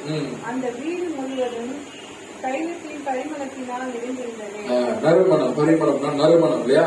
சோ அந்த நமக்கு நன்றாக தெரியும். நம்ம ஏற்கனவே ஒரு பாடம் கூட பார்த்துட்டோம் இல்லையா, வெள்ளைக்கல் பரணி அப்படின்னு ஒரு பாடம் முன்னாடி பார்த்தோம். சோ மரியாள் அவங்க என்ன பண்றாங்க, ஒரு வெளியேறப்பெற்ற கலங்கமில்லாத நளதம் என்னும் தைலம், ஒரு தைலத்தை, ஒரு பெர்ஃபியூம் பாட்டில், ஒரு சென்ட் பாட்டில்ங்கிற மாதிரி வச்சுக்கோம். சோ அதை எடுத்துட்டு வந்து ஆண்டவருடைய பாதத்துல பூசி தன்னுடைய தலைமையினால் அந்த பாதங்களை துடைத்தார். சோ பாதத்துல ஊத்துறாங்க அந்த தைலத்தை, சென்ட் பாட்டில்னு வச்சுக்கோங்க. அதை எடுத்துட்டு வந்து என்ன பண்றாங்க, ஆண்டவருடைய பாதத்துல ஊற்றி தன்னுடைய தலைமையினால் அதை துடைக்கிறார். அந்த வீடு முழுவதும் அந்த தைலத்தின் வாசனையினால் அப்படியே நிரம்பி இருந்தது அப்படிங்கிற ஒரு விஷயம். சோ 6வது நாள்ல இயேசு கிறிஸ்து மரிப்பதற்கு 6 நாளைக்கு முன்னாடி ஒரு அருமையான ஒரு நிகழ்ச்சி. மரியாள் நல தைலம் என்கிற அந்த தைலம், விலையேற பெற்ற ரொம்ப காஸ்ட்லியான ஒரு தைலத்தை எடுத்து வந்து ஆண்டவருடைய பாதத்தில் ஊற்றி துடைத்தார். சோ மரியாளுடைய கேரக்டர் நமக்கு ஒரு மிக முக்கியமான ஒரு முன் உதாரணம். ஆண்டவர் மேலே கொண்ட அன்பு, இயேசு கிறிஸ்து மேல கொண்ட அன்பு, ஒரு விலையேற பெற்ற ஒரு தைலத்தை கொண்டு வந்து செலவழிக்கிறாங்கன்னா அது எதனால இருக்கும்? ஆண்டவர் மேல கொண்ட அன்பு. ஆண்டவர் தான் எனக்கு முக்கியம், தைலம் முக்கியமா? சீடர்கள் யூதாஸ் கூட சொல்றாரு, அதுக்கு அடுத்து நீங்க வாசி பார்த்தீங்கன்னு தெரியும். விலையேறப்பட்ட தைலத்தை போய் வேஸ்ட் பண்றியப்பா, இதை வித்தீங்கன்னா எத்தனையோ ஏழைகளுக்கு கொடுக்கலாமே அப்படின்னு சொல்லிட்டு சொல்லுவாங்க இல்லையா? விலையேறப்பட்டதை நான் கடவுளுக்காக கொடுக்கிறேன். நான் விலையேறப்பெற்ற அந்த பொருள் எனக்கு முக்கியமா? கடவுள் எனக்கு பெரியவரா? கர்த்தர் எனக்கு உயர்ந்தவர். இந்த பொருளை காட்டிலும் எவ்வளவோ பல கோடி மடங்கு உயர்ந்தவர், விலையேறப்பட்டவர், விலை மதிப்பில்லாதவர் என்னுடைய ஆண்டவர் என்பதை மனதில் அவங்க வச்சிருந்தனாலதான் மரியாள் என்ன பண்றாங்க, தன்னிடம் இருந்து அந்த ரொம்ப காஸ்ட்லியான விலையேறப்பட்ட அந்த தைலத்தை கொண்டு வந்து பாதத்துல ஊற்றுறாங்க அப்படிங்கிறத. அப்ப யாருக்கு நம்ம முக்கியத்துவம் கொடுக்கிறோம், எதற்கு முக்கியத்துவம் கொடுக்கிறோம்? உலக காரியங்களுக்கா, ஆண்டவருடைய காரியங்களுக்கா அப்படின்னா மரியாள் ஆண்டவருடைய காரியங்களுக்கு, ஆண்டவருக்கு முக்கியத்துவம் கொடுத்தாங்க. இந்த பொருள் எப்ப வேணாலும் வாங்கலாம், நமக்கு கை வேலை பலம் இருந்துச்சுன்னா எப்ப வேணாலும் வாங்கிடலாம். ஆனால் ஆண்டவர் அப்படின் போது அவருடைய ஆசீர்வாதம், நல்ல வாய்ப்பு அப்படின்னு சொல்லிட்டு ஆண்டவர் மேல கொண்ட அன்பினாலே அந்த காரியத்தை தன்னிடமிருந்து அந்த விலையேறப்பட்ட தைலத்தை ஊற்றினாங்க. அடுத்து பாருங்க, தன்னுடைய தலைமயிரால் துடைக்கிறது அப்படிங்கிறது அவர் மேல கொண்ட பணிவு, தாழ்மை அப்படின்னு சொல்லிட்டு சொல்லணும். இவங்க அங்க வேற எங்கேயாவது ஏதாவது பேசுனாங்களா அப்படின்னு பாருங்க, எதுவுமே அவங்க பேசல. இல்ல அந்த நீங்க 8 வரைக்கும் நீங்க வாசித்து பாத்தீங்கன்னா மரியாள் ஏதாவது பேசுனதாக நம்ம அங்க பார்க்கிறோம்னா இல்ல, ஒண்ணுமே பேசல. கரெக்டான, எதுவுமே பேசல. கிரியை, அவருடைய கிரியை, வார்த்தையில தன்னுடைய அன்பையும் பணிவையும் அவர் வெளிப்படுத்தவே இல்லை. செயல்பாடு, அவ்வளவுதான் கிரியை. அதற்காக தான் நம்ம அழைக்கப்பட்டிருக்கோம். வார்த்தைகள் நம்ம பேசிடலாம், நான் எவ்வளவு பாசமா இருக்கிறேன், அன்பா இருக்கிறேன், எந்த காரியம் செய்ய போறேன். கிரியை செய்யலாம். விசுவாசத்தோடு கூட கிரியை தான் அப்படிங்கறத யாக்கோபுல வாசிக்கிறோம். சாத்தான விசுவாசத்தை நடுங்குகிறது, ஆனால் என்னுடைய கிரியை அப்படிங்கிற ஒரு விஷயம், என்னுடைய செயல்பாடு ஆண்டவருக்கு முன்னால் வந்து நான் வார்த்தையில நான் வந்து எதுவுமே கொட்டல. மரியாள் பாருங்க, எதுவுமே அந்த இடத்துல பேசலங்க. ஆண்டவரை நான் உங்க மேல அன்பா இருக்கிறேன், நான் இதை கொண்டு ஊட்டட்டுமா, பெர்மிஷன் எல்லாம் கேட்கவே இல்லை. நல்ல காரியத்தை செய்யறது பெர்மிஷனே தேவையில்லை, செஞ்சுட்டே போயிட்டே இருக்க வேண்டாம். யூதாஸ் மாதிரி ஆட்கள் திட்டுவாங்க, சீடர்கள் திட்டுவாங்க, பரிசேயர் சதுசேயர் கூட்டங்கள் திட்டுவாங்க. நல்ல காரியம் அப்படிங்கும் போது நான் மனசுக்கு நான் நினைக்கிறேன், இது நல்லது, நன்மையானது, சபைக்கு நல்லது, சகோதரருக்கு நல்லது, சகோதரிக்கு நல்லது, அவ்வளவு செஞ்சுட்டு போயிட்டே இருக்க. அவ்வளவுதான். தேவனுக்கு தெரியும், என்னுடைய இருதயத்துக்கு தெரியும், அவ்வளவுதான். மரியாள் பாருங்க, அந்த மைண்ட்ல, அந்த மனதுல அதை நினைச்சபடினாலே அந்த தைலத்தை அவருடைய பாதத்துல ஊற்றாங்க. அன்பு, ஆண்டவர் மேலே கொண்ட அந்த அன்பு, பணிவு, தன்னுடைய தலைமையிலால் பாதத்தை துடைக்கிறார். இந்த அன்பும் பணிவும் மரியாளை போன்றவர்களிடத்துல இருந்தது என்று சொன்னால் அந்த வீடு முழுவதும் எப்படி இருந்துச்சா? தைலத்தின் பரிமளத்தினாலே அந்த அறை முழுவதும் நிரம்பி, வீடு முழுவதும் வாசம். இந்த அறை முழுவதும் நிரம்பி இருக்கணுமா? இந்த சபை முழுவதும் நிரம்பி இருக்கணுமா? வாசனையினால நிரம்பி இருக்கணுமா? என்னுடைய வாழ்க்கை வாசனையினால நிரம்பி இருக்கணுமா? தைல வாசனையினாலே மற்றவர்கள் நுகர்ந்து பார்த்த அளவுக்கு மகிழக்கூடிய ஒரு தைல வாசனையை நான் கொடுக்கணுமா? இடத்துல அன்பு, இடத்துல பணிவு, 2 மிக முக்கியமான காரியம். இந்த 6வது நாளிலே ஆண்டவருடைய மரணத்திற்கு முன்னால் மரியாளின் மூலமாக தைலத்தை ஊற்றுகிற அந்த நிகழ்ச்சியின் மூலமாக தேவன் நமக்கு சொல்லுகிறது. அன்பு, அன்கண்டிஷனல் லவ். நம்ம அகாப்பேன்னு ஒரு சப்ஜெக்ட் ஆரம்பிச்சோம், கடவுள் சுத்தங்களை நம்ம ஆரம்பிக்கலாம். அகாப்பே, அப்ப தெய்வீக அன்பு, டிவைன் லவ் அப்படிங்கிற ஒரு காரியம். அப்ப அந்த அன்பு, நிபந்தனையற்ற அன்பு, பணிவு, சகோதரருக்குள்ளாக அந்த பணிவு அப்படிங்கிற ஒரு காரியம். அது 2 காரியங்கள் தான் வாழ்வு முழுவதுமாக நறுமணம் வீசும் அப்படிங்கிற ஒரு காரியத்தை நம்ம இந்த நிகழ்ச்சியிலிருந்து கற்றுக்கொள்கிறோம் பிரியமானவர்களே. அப்ப இன்னைக்கும் நாம் அதை செய்ய முடியும். இன்றைக்கும் மரியாளாக நாம் எல்லோரும் மாறி ஆண்டவருடைய பாதத்துல தைலத்தை ஊற்றுகிற காரியம், நம்முடைய தலைமையிலால் அவருடைய பாதத்தை துடைக்கிற காரியத்தை இன்றைக்கு நானும் நீங்களும் செய்ய முடியும். ஆண்டவருடைய பாதம்ங்கிறது என்னது? ஆண்டவருடைய பாதம் என்னது? திருச்சபை. ஆண்டவருடைய பாதம் என்பது, பாத அங்கங்கள் என்னது? திருச்சபை. இன்றைக்கும் நாம நினைச்சோம்னா என்னிடத்திலே கூடிய வெளியேறப்பட்ட தைலத்தை எடுத்து அவருடைய பாதத்தில் ஊற்றி என்னுடைய தலைமையால் தொடக்க முடியும். அவருடைய பாதம் என்பது திருச்சபை அங்கங்கள். இன்னைக்கு நாம சத்தியத்தை கேட்டு ஒன்றாக இருக்கிறோம். இன்னைக்கு இதே பாத அங்கங்கள், இதுதான் ஆண்டவராக இயேசு கிறிஸ்துடைய கடைசி பாத அங்கங்கள். நான் அறிமுக உரையில கூட சொன்னேன், கடைசி பாதாங்கம் இதுதான். நம்முடைய சபை வாய்ப்பு முடிஞ்சிருச்சுன்னா உலகம் முடிவு, அவ்வளவுதான். ஆண்டவருடைய வருகை எல்லாம் ரெடியா இருக்குது. ஆண்டவருடைய வருகைக்கு, ராஜ்யம் ஸ்டார்ட் ஆவதற்கு எல்லாம் ரெடியா இருக்கு. எல்லா விதமான தீர்க்க தரிசனம் நடந்து கொண்டு இருக்கிறது, காரியங்கள் நடந்து கொண்டு இருக்கிறது, நமக்கு தெரியும். அப்ப கடைசி பாதாங்கம், இந்த பாதாங்கமாகிய உங்களுக்கும் எனக்கும் நம்ம என்ன செய்யணும்? ஒருவருக்கு ஒருவர் அந்த அன்பையும் பணிவையும் நான் காட்டும் போது ஆண்டவருடைய பாதத்துல தைலத்தை ஊற்றுவதற்கு அடையாளமாக இருக்குது பிரியமான சகோதரர். அவ்வளவுதான். ஒரு சகோதரனுக்கு நான் உதவி செய்வது, சகோதரிக்கு நான் உதவி செய்வது, அன்புக்கு பாராட்டும் பொழுது, பணிவோடு நான் காரியங்களை செய்யும்போது ஆண்டவருடைய பாதத்திலே நான் இந்த சிறியவரில் ஒருவருக்கு நீங்கள் எதை செய்தீர்களோ அதை எனக்கே செய்து. சிறியவர்னா யாரு? நம்மதான். சிறுமந்தையே, லிட்டில் ஃபார், பயப்படாதே சிறுமந்தையே, ராஜ்யத்தை தர தேவன் பிரியமாக இருக்கிறார் என்று சொல்றாரு. நம்ம சிறுமந்தை கூட்டம். இந்த சிறியவர் ஒருவருக்கு, தரித்திரர்கள் எப்போதும் எல்லாரும் இருப்பாங்க. எல்லாருக்கும் தரித்திரர்கள், ஏழைகளுக்கு உதவுறதுக்கு நிறைய பேர் இருக்காங்க. கடவுள் நம்பிக்கை இல்லாதவர்கள் கூட தாராளமா உதவி செஞ்சுட்டு இருக்காங்க. ஆனால் நாம் முதலில் விசுவாச வீட்டாருக்கு உதவி செய்யணும். நமக்குள்ள அவர்களுடைய அந்த விசுவாச வீட்டார்களுக்கு, நம்முடைய சபை அங்கத்தினர்களுக்கு, கடவுள் எனக்கு கொடுத்த சகோதரர் சகோதரி அவர்கள் துன்பத்தில் இருக்கிற, கஷ்டத்தில் இருக்கும்போது உதவி செய்கிறது அப்படிங்கிறது. அப்ப அதுதான் அந்த பணிவும் அன்பும், அந்த அந்த அந்த குணம், மரியாதையிடம் இருந்த அந்த நல்ல குணம் இன்றைக்கு நீங்களும் நானும் நம்ம காட்டப்படுது. நம்ம எப்பெல்லாம் யாருக்காவது உதவி செய்கிறோமோ, நம்ம ஆட்களுக்கு உதவி செய்வது, அப்ப ஆண்டவருடைய பாதத்துல தைலத்தை ஊற்றுகிறோம். ஆண்டவர் சொல்றாரு, இவள் என்னை அடக்கத்திற்கு வைத்திருக்கிறாள், என்னை குறித்து எங்கெல்லாம் போதிக்கப்படுகிறதோ அங்கெல்லாம் இவள் செய்த காரியங்கள் பேசினதில்லை, இவள் செய்த காரியங்கள் அறிவிக்கப்படும். என்னுடைய மரணத்தை குறித்து எங்கெல்லாம் உலகம், அமெரிக்காவில, ஆப்பிரிக்காவில, ஆஸ்திரேலியாவில, இந்தியாவில, சென்னையில எங்கெல்லாம் என்னுடைய மரணத்தை குறித்து பேசுகிறாள் அங்கெல்லாம் இந்த மகள் செய்த காரியம் பேசப்படும் அப்படின்னு சொல்லிட்டு சொல்றேன். இப்ப அதுதான் நம்ம செய்கிற காரியம், கிரியை தான் பேசப்படும். வார்த்தைகள் வார்த்தைகள்ல கிரியைகள், நம்ம வந்து என்ன செய்கிறோம் அந்த கிரியைகள் தான் பேசப்படும். பிரியமான சொல்ல அதுதான் ஆண்டவருடைய பார்க்கிறார். 6வது நாள் அந்த நிகழ்ச்சி அது முடிந்தோடனே அந்த 6வது நாள் நிறைவடைகிறது. அடுத்து 5வது நாள் பஸ்காவுக்கு ஆயத்தமான அந்த நிகழ்ச்சிக்கு 5 நாளுக்கு முன்னால் ஆண்டவருடைய செயல்பாடுகள். மத்தேயு நற்செய்தி நூல் 21வது அதிகாரம் 1 11 வரை. அவர்கள் எருசலேமுக்கு சமீபமாய் சேர்ந்து, இன்னும் எருசலேமுக்கு வரல, எங்க இருந்து வர்றாங்க? யூதேயா யோர்தான் நதிக்கரையில இருந்து ஆரம்பிச்சவங்க அப்படியே எரிகோவில் வந்தாங்க. எரிகோவில் 2 நிகழ்ச்சி நடந்துச்சுன்னு பார்த்தோம் இல்லையா? என்னென்ன இப்போ கேள்விதான். பர்த்திமேயு ஒன்று, சகேயு. பர்த்திமேயு சகேயு 2 யூ வர்றாங்க.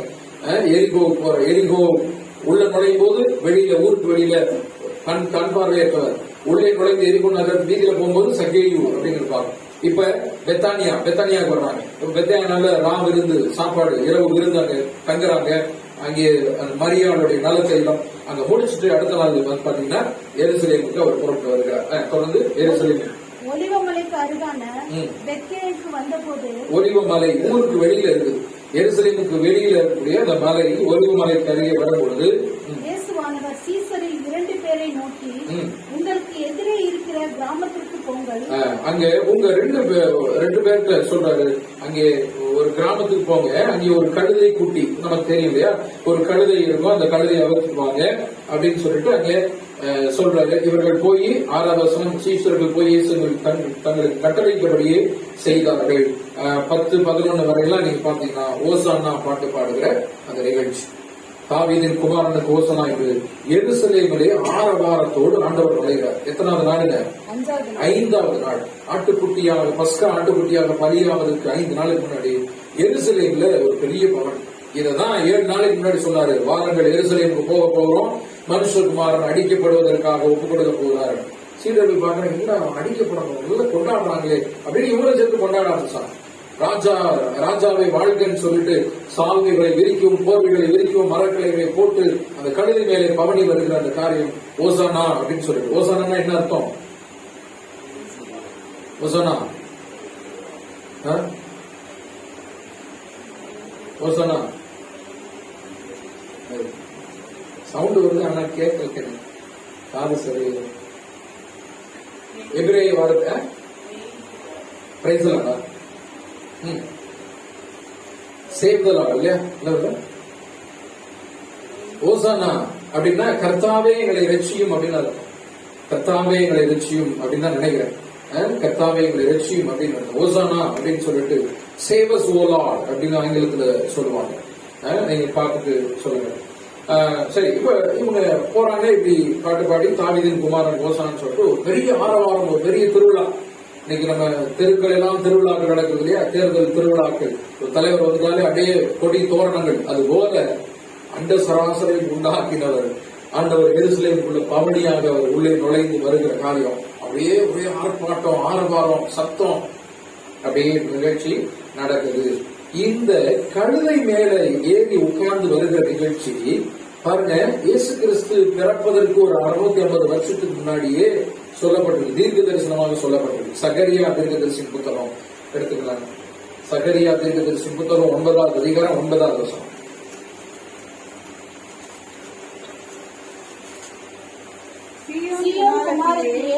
மிகவும் கைகூடு, எருசலேம் குமாரத்திலே கெம்பீரி, இதோ உன் ராஜா உன் இடத்தில் வருகிறார். அவர் நீதி உள்ளவரும் ரட்சிக்கிறவரும் தாழ்மை உள்ளவரும் கழுதையின் மேல் கழுதை குட்டியாக மரியின் மேல் ஏறி வருகிறவரும், கழுதையின் மேலும் கழுதை மரியின் மேலும் ஏறி வருகிறவருமாயிருக்கிறார். சகரியா தீர்க்கதரிசி மூலம் தீர்க்க தரிசனத்தின் நிறைவேறுதலாக இந்த நிகழ்ச்சி நடந்துச்சு. ஏன் கழுதையில வரணும் கேள்வி கேட்போம். ஆண்டவர் குதிரையில வந்திருக்கலாமே, ஒட்டகத்துல வந்திருக்கலாமே. ஊசியின் காதில் ஒட்டகம் எல்லாம் பேசிருக்காரு. ஒட்டகத்துல ஏன் கழுதை மேல வரணும் தெரியாது. தீர்க்க தரிசனம் அவ்வளவுதான் முதல் பதில். அதான் அப்புறம் தான் இருக்கு ஆராய்ச்சி. தீர்க்க தரிசனம் என்ன? தீர்க்க தரிசனம் உன் ராஜா கழுதையின் மேலே ஏறி வருவார், அவ்வளவுதான். சகரியா தீர்க்க தரிசனம் 9வது அதிகாரம் 9வது வசனத்தின் மூலமாக தேவன் ஏற்கனவே தீர்க்க தரிசனம் உடைச்சிட்டாரு. கழுதையின் மேலதான் ஏறி வருவார் அப்படிங்கிற பதில் தான். ஏன் ஆண்டவர் செஞ்சாரு? தீர்க்க தரிசனம். அவருடைய வாழ்க்கையில எல்லாமே தீர்க்க தரிசனம். ஜனனம் முதல் மரணம் வரை எல்லாமே தீர்க்க தரிசனம். ஆதியாகமம் 3:15 நமக்கு நல்லா தெரிஞ்ச ஒரு பகுதி இல்லையா? உன் வித்துக்கும் அவள் வித்துக்கும் பகையை உண்டாக்குவேன், அவர் ஒரு தலையை நசுக்குவார். இயேசு கிறிஸ்துவை குறித்து சொல்லப்பட்ட முதல் தீர்க்க தரிசனம். போன வாரம் பைபிள் ஸ்டடியில் நம்ம எடுத்தோம், வந்தவங்களுக்கு தெரியும்.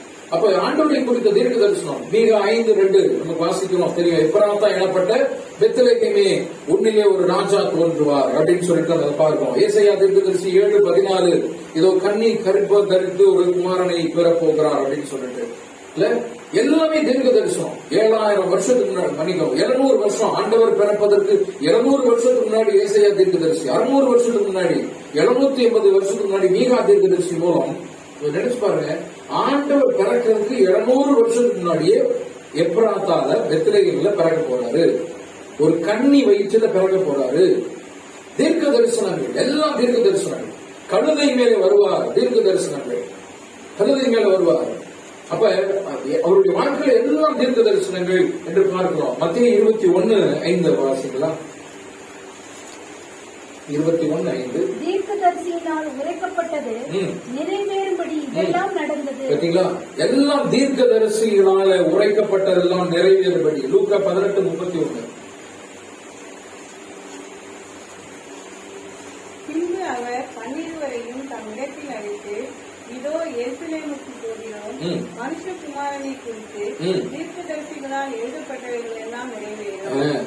மனுஷகுமாரனை குறித்து தீர்க்கதரிசிகளால் நிறைவேறப்பட்டது, எழுதப்பட்டது எல்லாம் நிறைவேற போகுது. எத்தனை தீர்க்க தரிசனம் நிறைவேறுச்சுன்னு பார்த்தோம் அன்றைக்கு ஒரு நாள்.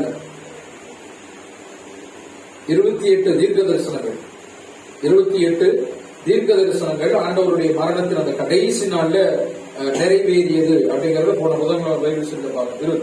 அடுத்து 24வது அதிகாரம் 44வது வசனம். லூக்கா 24:44.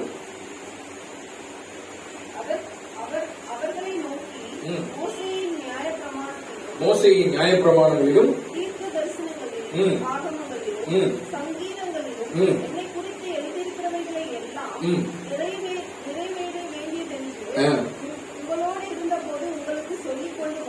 பாத்தீங்களா? அப்ப எல்லாமே தீர்க்க தரிசனங்க. பிறப்பில் இருந்து அவருடைய மரணம், ஜீவன் கொடுக்கிற காரியங்கள் வரைக்கும் கடவுள் ஏற்கனவே தேவன் முன்னே அறிவித்து விட்டார். இப்படித்தான் இருக்கணும் அப்படின்னு சொல்லிட்டார். இப்படித்தான் இருக்கணும் அப்படிங்கிற ஒரு காரியத்தை அவர் சொல்லியிருக்காரு. இந்த அவர் திட்டமிட்டு இப்படிதான் செயல்படணும். கழுதையில தான் ஏறணும். இல்ல நான் ஒட்டகத்துல போவா, இல்ல கழுதையில தான் ஏறணும். அதுக்கு ஒரு காரணம் இருக்கு. சிலுவையில தான் நீ சாகணும், உன்னை அடிப்பாங்க, உன் முகத்துல துப்புவாங்க, இப்படிதான் நடக்கணும். நீ கண்ணீர் வயிற்றுலதான் பிறக்கணும். ஐயோ உலகமே அசிங்கமா பேசுமே, அப்படிதான் பிறக்கணும். அதுதான் திட்டம். தேவன் திட்டமிட்டு இது எல்லாவற்றையும் இயேசு கிறிஸ்து சொல்றார். அதன் படிதான் அனுப்புறார். அதனாலதான் ஆண்டவர் சொல்றாரு, என் சித்தத்தின் படி அல்ல, பிதாவின் சித்தத்தின் படிதான். பிதாவின் சித்தம் செய்வதே என்னுடைய போஜனமாக இருக்கிறது. என்னுடைய சாப்பாடு என்னன்னு நினைக்கிறீங்க? எங்க அப்பா சொன்னதை நான் செஞ்சு முடிக்கணும், அவ்வளவுதான். அதான் சாப்பாடு, அதான் உபவாசம். இல்ல, அவர் சொன்னதை செய்யணும் அப்படிங்கிறது.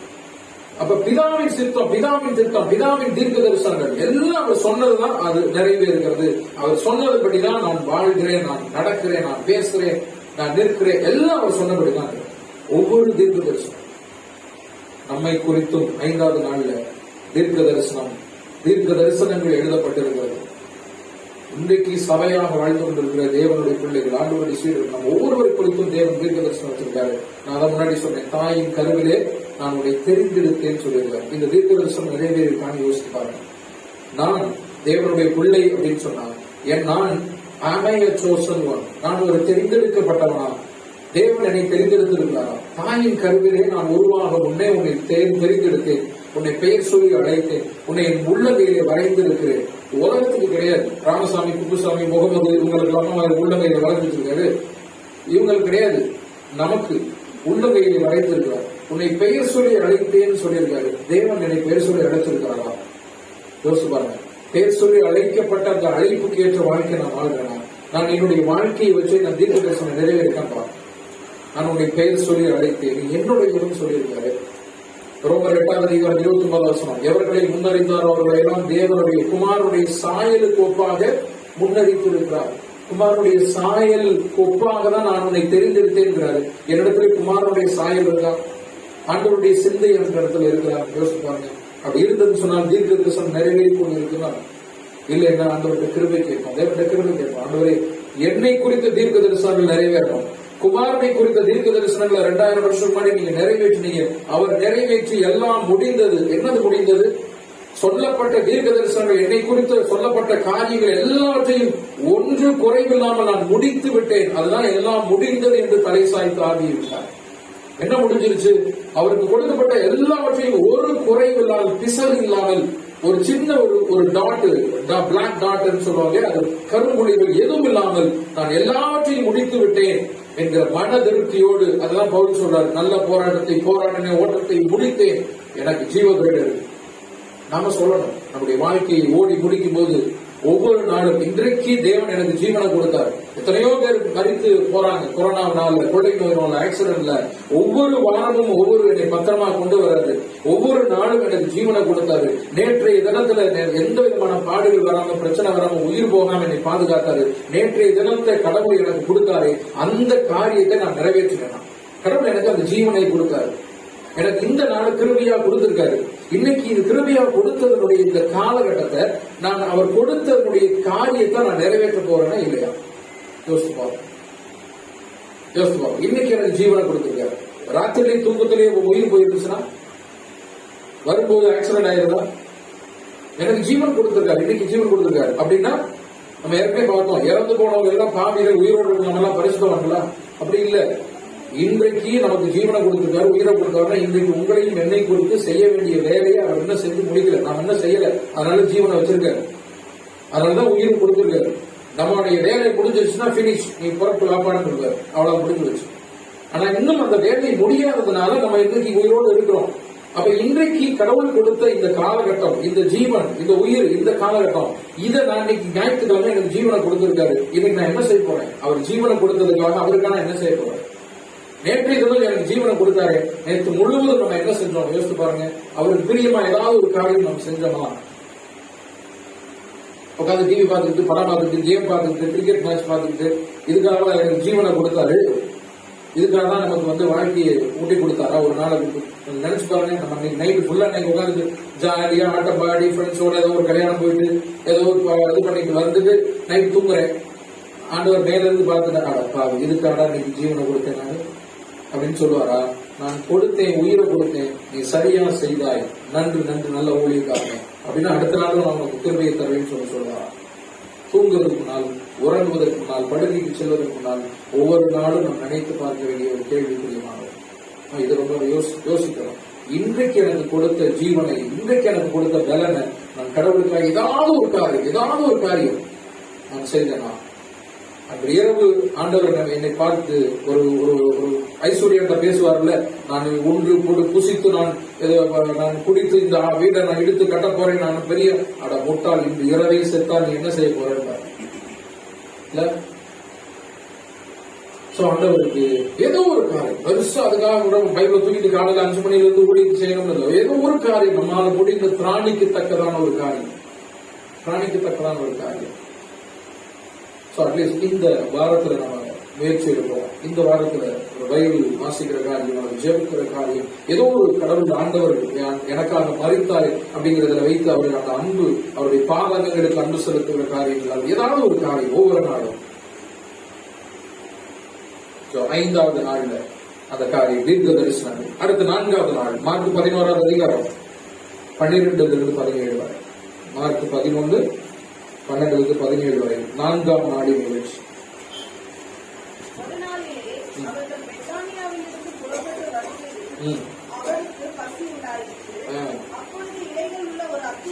நைட்டு சாப்பாடு போட்டாங்கல்ல, பெரிய விருந்துங்க. ஆனா காலையில என்ன ஆயிடுச்சு?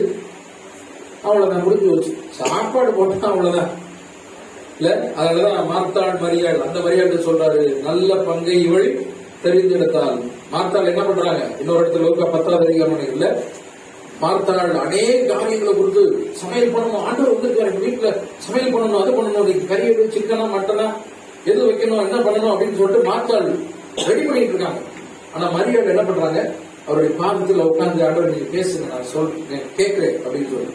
மார்த்தாளே அநேக காரியங்களை குறித்து நீ கவலைப்படுகிறாய், ஆனால் தேவையானது ஒன்று, குட் போர்ஷன் அப்படின்னு ஆங்கிலத்தில் சொல்லுவாங்க. தேவையான நல்ல பங்கு இதுதான். ஆண்டவருக்கு எதிர்ப்பு பாருங்க, சமையல் பண்ணி போட்டாங்க. நைட்டு பெரிய விருந்து நடந்துச்சுங்க, பார்த்தோம் 5வது நாள்ல. காலையில ஆண்டவருக்கு பசி வந்துச்சு, அவ்வளவுதான், முடிஞ்சு வச்சு சாப்பாடு. இப்ப என்ன அது பாருங்க, பசி வந்துருச்சு.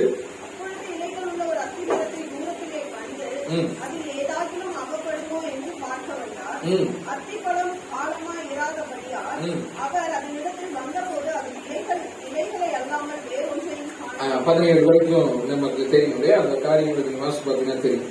சோ அப்ப இந்த அத்திப்பழ காலம் இல்லை, அவருக்கு பசி வருது.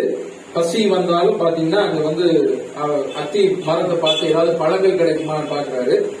சீடர்கள் அங்க சொல்லியிருக்கலாம், அங்க ஒண்ணுமே கனி காலம் இல்லை இல்லையா, கனி கொடுக்கக்கூடிய காலம் இல்லையா, காலம் கிடையாது, அதனால கனி இருக்காது. ஆனாலும் அத்தி மரத்தை ஆண்டவர் என்ன பண்றாங்க? சபிக்கிறார். 4ஆம் நாள்ல அத்தி மரத்தை அவர் சபிக்கிறார் அப்படிங்கறத குறிச்சு நம்ம அங்க பார்க்கிறோம். அதே 20-24 வரைக்கும் பார்க்கணும்னா அந்த மறுநாள்ல வந்து பார்க்கிறாங்க, அந்த அத்தி மரம் பட்டு போயிருப்பதை சீஷர்கள் பார்த்தார்கள் அப்படின்னு சொல்றாரு. கனி காலம் இல்லை, ஆனாலும் சாபம் வந்து ஆண்டவர் சபிக்கிறார். என்ன அர்த்தம்? இஸ்ரேல் தேசம், அதாவது ஆவிக்குரிய அர்த்தம்லாம் இருக்குது. சிம்பிளா கனி காலம் இல்ல, ஆண்டவர் கனி இருக்குமான்னு தேடுறாரு, கனி இல்ல, அதனால சபிக்கிறார். நமக்கு கிறிஸ்தவர்களுக்கு கனி காலம் எப்ப கனி காலம் சார்?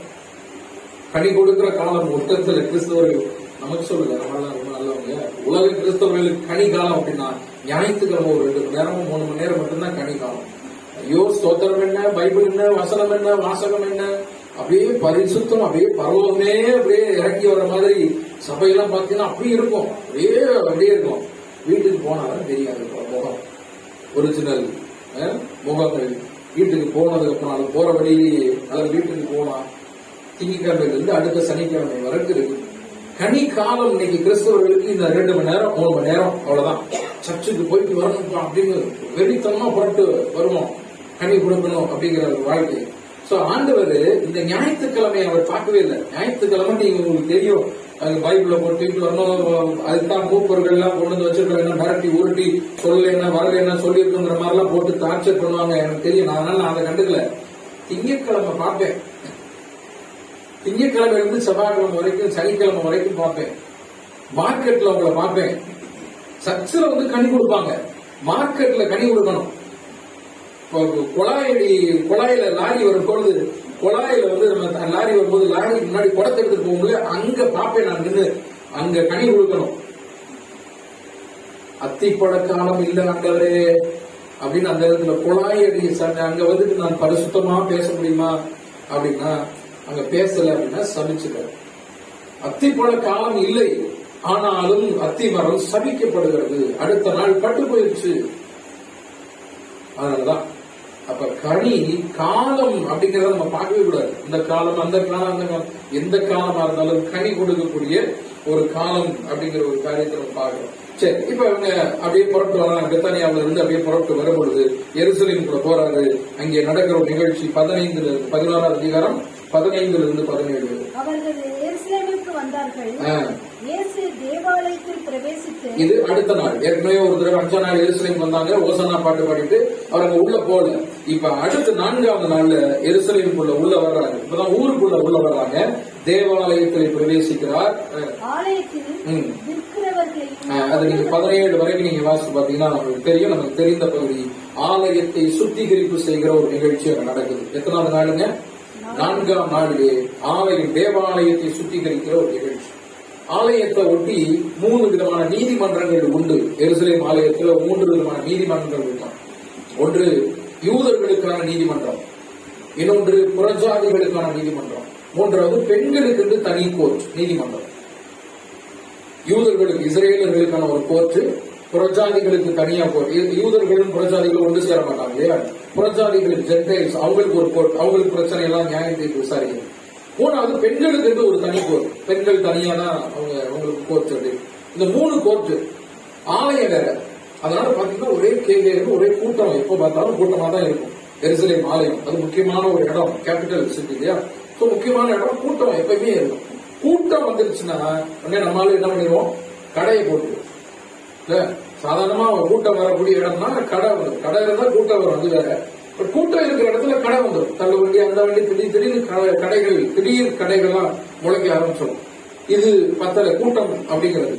எருசலேம் ஆலயத்திற்கான காரியங்கள், அந்த காரியங்களுக்காகவும் கடைகள் அங்கு வழக்கமா செயல்பட்டு கொண்டிருந்தது. உதாரணமா பலி செலுத்துவாங்க. ஆடையாவது புறாக்கள் அங்க நம்ம பார்க்கிறோம். புறா, ஆடு பலி செலுத்துவதற்காக எருசலேம் ஆலயத்துக்கு போய் பலி செலுத்துவதற்காக.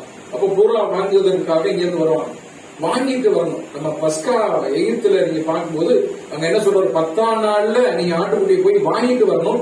14ஆம் தேதி வரைக்கும் நீங்க வச்சிருந்து 14ஆம் தேதி சாயங்காலத்துல அடிக்கணும். அது அப்ப அந்த காலத்துல. ஆனா இப்ப என்னது, இப்ப எல்லாம் ரெடிமேட் உலகம்.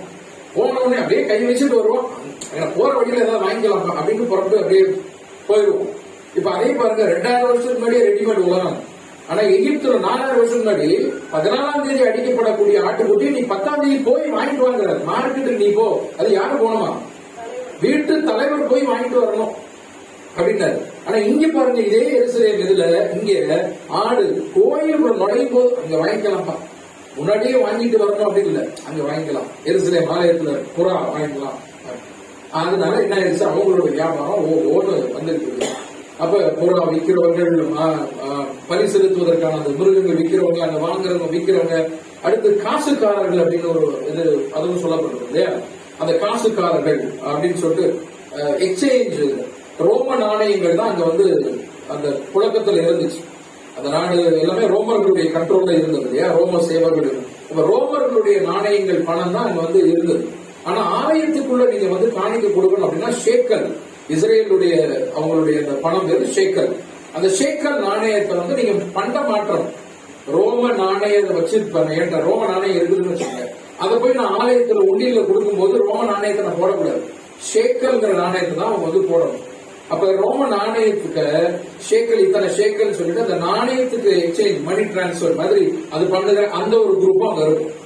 உங்களுக்கு புரியும் நினைக்கிறேன் இல்லையா? புரியும். அந்த குரூப் அங்க இருக்கு. சோ புறா விக்கிறவங்க, ஆடு விக்கிறவங்க, பலி செலுத்துறவங்க, கோர்ட்டுக்கு வரவங்க, கோர்ட்டு ஸ்டாம்ப் ஃபீஸ்ல இருந்து, பாண்டு பேப்பர்ல இருந்து, லாயர் அந்த குரூப், இப்ப இந்த பண்ட மாற்றுகிற, காசு மாற்றுகிற ஒரே வியாபார ஸ்தலம். அது என்னது? இடம் எருசலேம் ஆலயம். எருசலேம் ஆலயம். எவ்வளவு கனவுகளோட தாவீது இருந்தாரு. கட்டணம் கட்டணம் கட்டணம், ஐயா நீ கட்ட முடியாது, பையன் தான் கட்டுவான்னு சொல்லிட்டு சாலமோன் எவ்வளவு விலை உயர்ந்த பொருட்களை கொண்டு பார்த்து பார்த்து அழகாக கட்டினது. ஆசரிப்பு கூடாராம். தேவன் சொல்றாரு, நான் வந்து தங்கி தாபரிக்கிறதுக்கு ஒரு ஸ்தலத்தை நீ உண்டு பண்ணுகிறார். தேவ ஆலயம் எவ்வளவு ஒரு அழகான ஒரு இடம். கூடி வந்து சந்தோஷமாக இருக்கக்கூடிய, தேவனை தொழுது கொள்ளக்கூடிய ஒரு இடத்துல இப்ப ஆண்டவர் என்ன சொல்றாரு? இப்படிப்பட்ட தேவனுடைய வீட்டை, பிதாவினுடைய வீட்டை என்ன பண்ணிட்டீங்க? கள்ளர் குகையாக்கி விட்டீங்களே என்று சொல்லி அவர் துரத்துகிறார் அப்படின்னு. சரிங்களா? வியாபாரம் நடக்கிற அந்த இடத்தை அவன் கள்ளர் குகையாக மாற்றுகிற ஒரு இடமாக மாறி, தந்தையினுடைய வீடு திருடர்கள் இருக்கக்கூடிய வீடாக மாறிடுச்சு அப்படின்னு துரத்துறாரு. அன்பானவர்களே, இன்னைக்கும் ஆண்டவர் சாட்டை அடி பின்னி இல்ல, அது அழகாக போட்டிருக்கும். சாட்டையை பின்னி அவ்வளவு பேரையும் டேபிள்லாம் துரத்தி விட்டு, கொட்டி விட்டு, அவங்க கூட அடிச்சு துரத்தி, என்னுடைய பிதாவினுடைய வீட்டை இப்படி நாசமாக்கிட்டீங்களே அப்படின்னு சொல்லு. அந்த பிதாவினுடைய வீட்டை குறித்த பக்தி வைராக்கியம் அவரை பட்சித்தது என்று வேதத்தில் வாசிக்கிறோம். வீட்டை குறித்து, ஆலயத்தை குறித்து அந்த பக்தி வைராக்கியம் அதை பட்சித்தது. அவருக்கு அவ்வளவு கோபம். வேற எந்த அவர் 33 வருஷத்துல எங்கேயாவது சாட்டை பண்ணி இருக்காரா? கோபப்பட்டு இருக்காரா? கோபப்பட்டு பார்த்தது. இந்த கோபம் வேற எதுவுமே அவருக்கு பார்த்தது இல்லை. ஆலயத்தை குறித்து, பிதாவினுடைய வாசஸ்தலம் எவ்வளவு முக்கியமானது. உலகத்துல மிக மிக மிக முக்கியமான ஒரு இடம் சபை. வீடு கிடையாது, கல்யாண மண்டபம் கிடையாது, ஆபீஸ் கிடையாது, சபை உலகத்துல மிக மிக முக்கியமானது. இங்க நம்ம எப்படி ட்ரைனிங் எடுக்கிறோமோ, என்ன இன்புட் வாங்குறோமோ, அதை தான் நான் வீட்டுல போய் நான் காமிக்க போறேன். என்னுடைய கணவன்கிட்ட, மனைவிட்ட, என்னுடைய வேலை ஸ்தலத்துல போய் காட்ட போறேன். இங்க எப்படி நான் ஃபெலோஷிப்பா இருக்க போறேன், இங்க எப்படி நான் சத்தியத்தை கத்துக்க போறேன், இங்க எப்படி நான் இருக்க போறேன். சோ இதுதான், இங்க இருந்தான் பிறப்பிடம். நம்முடைய குணங்கள் உருவாகுற இடம், மாற்றம் பெறுகிற இடம், டிரான்ஸ்பர் ஆகக்கூடிய இடம், மனம் திரும்புகிற இடம், தேவனை குறித்து, சத்தியத்தை குறித்து அறிந்து கொள்கிற இந்த இடம். வாரத்துல ஒரு நாள் கூடி வரும், 2 hours கூடி வருகிற இந்த இடம். இதுதான் எனக்கு இந்த வீக் ஃபுல்லா இருக்கக்கூடிய சாப்பாடு, உணவு. அப்ப இங்க இருந்து நான் அதை சரியா கொண்டு வருகிற அந்த காரியம் என் பிதாவினுடைய வீடு. அதை கள்ளர் குகையாக்கிறார். இன்றைக்கு பிதாவினுடைய வீடு சபையாகவும் இருக்கிறது. நாங்க இங்கே 2-3 நாமத்தினாலே கூடி வந்திருக்கலாம் நான் இருப்பிக்கிறார். இன்னொன்னு நமக்கு என்னுடைய உள்ளம், என்னுடைய ஆலயம், இந்த தேவன் தங்கி இருக்கக்கூடிய ஆலயம் என்னுடைய உள்ளம்ங்கிறது என்னுடைய சிந்தை. என்னுடைய சிந்தை எப்படி நான் வைத்திருக்கிறேன், ஆலயத்தை நான் எப்படி வச்சிருக்கேன், சபையை நாம் எப்படி வச்சிருக்கோம். இதுதான் ஆண்டவர் வந்து பார்த்தார்னா, சபையை பார்த்தார்னா சந்தோஷப்படுவாரா இல்ல சாட்டப்படுவாரா? என்னுடைய உள்ளத்துல உள்ள வந்து பார்த்தார்னா சந்தோஷப்படுவாரா இல்லைன்னா சாட்டப்படுவாரா? அவர் சாட்ட பின்ற நேரத்துக்குள்ள ஸ்கூல்ல டீச்சர்ஸ் பெரம் எடுப்பாங்க, பெரம் எங்கடா அப்படின்னு மன்னிச்சுங்க. அது மாதிரி சாட்ட பின்றதுக்குள்ள, அடி வாங்கறதுக்குள்ள நம்ம வந்து என்ன பண்ணணும், அண்டரே மன்னிச்சுங்க அப்படின்னு காலில் விழுந்துட்டோம்னா தப்பிச்சிருவோம். இல்ல அடி விழுந்துச்சுன்னா அவ்வளவுதான், எந்திரிக்க முடியாத அடி விழும். அப்ப என்னுடைய உள்ளம் நான் கள்ளர் குகையாக வைத்திருக்கிறேன், திருடர்கள் வந்து இருக்கிற இடமாக, வியாபாரம் செய்கிற ஸ்தலமாக என்னுடைய சிந்தையை நான் வச்சிருக்கிறேன். யோசிக்க வச்சிருக்கேன். நம்முடைய சிந்தை எப்படி இருக்குன்னு யோசிச்சு பாருங்க. இந்த இடத்துல வந்து வியாபாரம் செஞ்சுட்டு இருக்கோமா, பிசினஸ் பண்ணுகிற இடமாக சபையை நம்ம வச்சிருக்கிறோமா, என்னுடைய உள்ளத்தை நான் வச்சிருக்கிறேனா, கள்ளர் குகையாக நான் மாற்றி இருக்கிறேனா, இல்ல தேவன் தங்கி தாபரிக்கிற இடமாக இதனுடைய சிந்தையும் என்னுடைய சபையில் நான் வச்சிருக்கிறேனா? ஆலயத்தை குறித்து உண்டான பக்தி வைராக்கியம் என்னை பட்சித்தது. எனக்குள்ளாக அந்த வைராக்கியம் இருக்கான் பாருங்க. நம்ம ஒவ்வொருவருக்குள்ளாக வைராக்கியம். சபையை குறித்த காரியம், சபை அது ஒரு கட்டடம் தான், ஒரு பெரிய புனிதமான ஒரு இடம் தான், அந்த கட்டடம் தான். ஆனால் நாம் வந்து தங்கி தாபரித்து இதுல இருந்து கற்றுக்கொள்ளக்கூடிய ஒரு இடம் இல்லையா? பள்ளிக்கூடத்திலிருந்து படிச்சுட்டு போனவங்க திரும்ப ஓல்டு பாய்ஸ் சொல்லிட்டு, ஓல்டு ஸ்டூடெண்ட்ஸ் வந்து திரும்ப தன்னுடைய படித்த ஆசிரியர்களை பார்த்து பரிசுகள் கொடுத்து எவ்வளவோ காரியங்கள் நம்ம செஞ்சுட்டு போறாங்க பாக்குறோம். ஆனால் இங்கிருந்து நான் கற்றுக்கொண்டு என்னுடைய வாழ்க்கையின் எஞ்சியுள்ள நாட்கள் மாத்திரமல்ல, பரலோக மறுமைக்குமான காரியம், இம்மைக்கும் மறுமைக்கான காரியங்களை நான் இங்கிருந்து கற்றுக்கொள்கிறேன், இந்த இடத்துல இருந்து கற்றுக்கொள்கிறேன், இவர்களிலிருந்து கற்றுக்கொள்கிறேன். என்னுடைய பிரதிபலன் நான் என்ன மைண்ட் நினைச்சிருக்கேன்? சபையை குறித்த அந்த பக்தி வைராக்கியம், தேவன் தங்கியிருக்கிற ஸ்தலமாக மாற்ற வேண்டும். பிரியமான சொல்றேன். 4வது நாள், சரிங்களா? 4வது நாள். அடுத்து 3வது நாள், ஆண்டவராகிய இயேசு கிறிஸ்துவினுடைய பலியாவதற்கு முன்னால் 3வது நாள். மத்திய 22வது அதிகாரம், 23வது அதிகாரம், அடுத்து மார்க் 11வது அதிகாரம், 12வது அதிகாரம், 13வது அதிகாரம். மத்திய 22வது அதிகாரம், 23வது அதிகாரம், மார்க் 11, 12, 13 இந்த 3 அதிகாரங்கள். போன்ற இந்த 5 அதிகாரங்கள்ல நம்ம வீட்டுல போய் வாசித்து பார்ப்போம். ஆலயத்தில் ஆண்டவராக இயேசு கிறிஸ்துவுடைய இறுதி பிரசங்கம். சரிங்களா? இந்த அதிகாரங்களை வாசித்து பார்த்தீங்கன்னா தெரியும். அதுல பரிசேயர் சதுசேயருடைய கேள்விகள் அங்க இருக்கும். பரிசேயர் சதுசேயருடைய கேள்விகள் நீங்க பாத்தீங்கன்னா நிறைய கேள்வி கேட்பாங்க. ஒருவன் திருமணமாகி அவர் கணவன் இறந்துட்டான் ஒரு ஸ்திரீக்கு. அப்புறம் இன்னொருத்தரை கல்யாணம் பண்ணா, இன்னொருத்தர் 7 பேரை கல்யாணம் பண்ணா, கடைசியில பருவத்துல யாருக்கு அவர் புருஷனா இருப்பான்னு ஒரு கேள்வி கேட்கணும் இல்ல? இது மாதிரி கேள்விகள்லாம் கேட்காது. அப்ப கேள்விகள், அந்த கேள்விகளுக்கு ஆண்டவர் கொடுக்கக்கூடிய அழகான பதில்கள், தந்திரமான பதில்கள், திறமையான பதில்கள்லாம் குறிச்சு இங்க நம்ம நிறைய பார்ப்போம். உயிர்த்தெழுதல் உண்டா, உயிர்த்தெழுதல் இல்லையா என்கிற காரியங்கள், பரிசேயர் சதுசேயருடைய கேள்வி. இந்த 3வது நாள் கேள்விகள் நம்ம இலக்கணம், தமிழ் இலக்கணத்துல படிச்சவங்களுக்கு ஞாபகத்துல இருக்கும் நினைக்கிறேன். 6 விதமான கேள்வி, வினாக்கள் 6 வகைப்படும். ஞாபகம் இருக்காது? பிள்ளைங்க படிச்ச பிள்ளைங்க நாங்கள் ஒரு காலத்துல படிச்சதான். வினாக்கள் 6 வகையான வினாக்கள். அறிவினா, தமிழ் இலக்கணம், இலக்கணமா செய்யுட இலக்கணம். அறிவினா, அறியாவினா, ஐயவினா, கொடை வினா, கொள்ளல் வினா, ஏவல் வினா. என்ன வருதுன்னா தமிழ் வார்த்தை தான். தமிழ் வார்த்தை இலக்கணம், தமிழ் இலக்கணம்.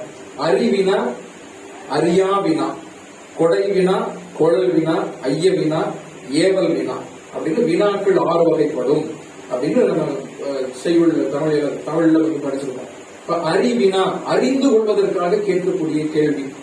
அறிவினா, அறிவினா அறிந்து கொள்வதற்காக. இது இப்படியா நடக்கும் எனக்கு தெரியல அப்படின்னு கேள்வி கேட்பாங்க. இது இப்படியானா இந்த ரோடு எங்க போகும், இது கேள்வி கேட்கிறோம். அறிந்து கொள்வதற்காக கேள்வி கேட்கிறோம். இப்ப இந்த பைபிள் இப்படி இருக்குது, இதுக்கு என்ன அர்த்தம்? அறிந்து கொள்வதற்காக அல்ல, அறிந்து கொள்வதற்காக. அறியாமல் கேட்கக்கூடிய கேள்வியோடு இருக்கு. கொடை வினா அப்படின்னு ஒரு கேள்வி இருக்கு. கொடை வினா கொடுப்பதற்காக, கொள்ளல் வினா வாங்குவதற்காக, வாங்கிக்கிறீங்களா அப்படின்னு நம்ம கேள்வி கேட்போம். கொள்ளல் வினா. ஐய வினா இருக்கும். ஐயம் சந்தேகம், சந்தேகப்பட்டு நம்ம கேட்கக்கூடிய கேள்விகள்.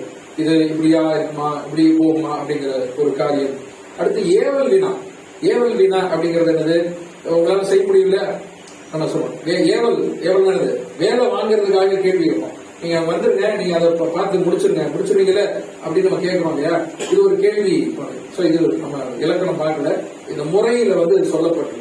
இப்ப இந்த இதுல இந்த அறியா வினாவும் ஐய வினாவும் நல்ல வினாவும். அறியாமல் கேட்கக்கூடிய கேள்விகளும் ஐயத்தின் விளைவாக கேட்கக்கூடிய கேள்விகளும் நல்ல வினாக்கள் சொல்லுவாங்க, சரியான வினாக்கள். டவுட் நான் உண்மையிலே கேட்கிறேன் பிரதர் அப்படின்னு சொல்லிட்டு கேட்கிறோம். அறியாமல் நான் கேட்கிறேன் அப்படிங்கிறது, இந்த ரூட் இப்படிதான் போகுமா, இது காலேஜ் என்சிசி போனா எப்படி போகணும் பிரதர் கேட்கிறோம் இல்லையா? தெரிந்து கொள்வதற்காக கேட்கிறது. மீதி மற்ற வினாக்கள் இருக்கு பாத்தீங்களா, அறிவினா தெரிந்து கொண்டே கேட்கறது. உங்களுக்கு தெரியாதா? எனக்கு தெரியும் அப்படின்னு நம்ம என்ன சொல்றோம்? எனக்கு தெரியும், உங்களுக்கு தெரியாதா அப்படின்னு என்ன அர்த்தம்? எனக்கு தெரியும் ஆனா உங்களுக்கு தெரியாது. சாதாரணமா நம்ம பேசணும், நம்ம பைபிள் காரியங்களை விட்டுருங்க, அதுக்குள்ள பாருங்க. சாதாரணமா நம்ம பேசும்போது இப்படி நடந்துச்சு உங்களுக்கு தெரியாதா, ஐயோ நான் நியூஸ் கேட்டேங்க உங்களுக்கு தெரியாதா அப்படின்னு சாதாரணமா. அப்ப எனக்கு தெரிந்தது உங்களுக்கு தெரியாதுங்கிறத மட்டப்படுத்திட்டு அவங்களை சொல்லுவோம். இதுதான் இந்த அறிவினா அப்படின்னு ஒரு கேள்விகள்ல நிறைய விஷயங்கள் இருக்குது, தந்திரமான கேள்விகள். இந்த பரிசேயர் சதுசேயர் கேட்கிறாங்க, உயிர்த்தெழுதல் இருக்கு இல்லையா அவங்களுக்கு நல்லா தெரியும். அதனாலதான் அந்த பரிசேயர் சதுசேயர் 2ஆ பிரிஞ்சிச்சு. ஆனா இவங்க கேட்கறாங்க, கேள்வி கேட்கறாங்க. ஆண்டவர் பாருங்க, மத்திய 22:15 22:15. அப்பொழுது பரிசேயர்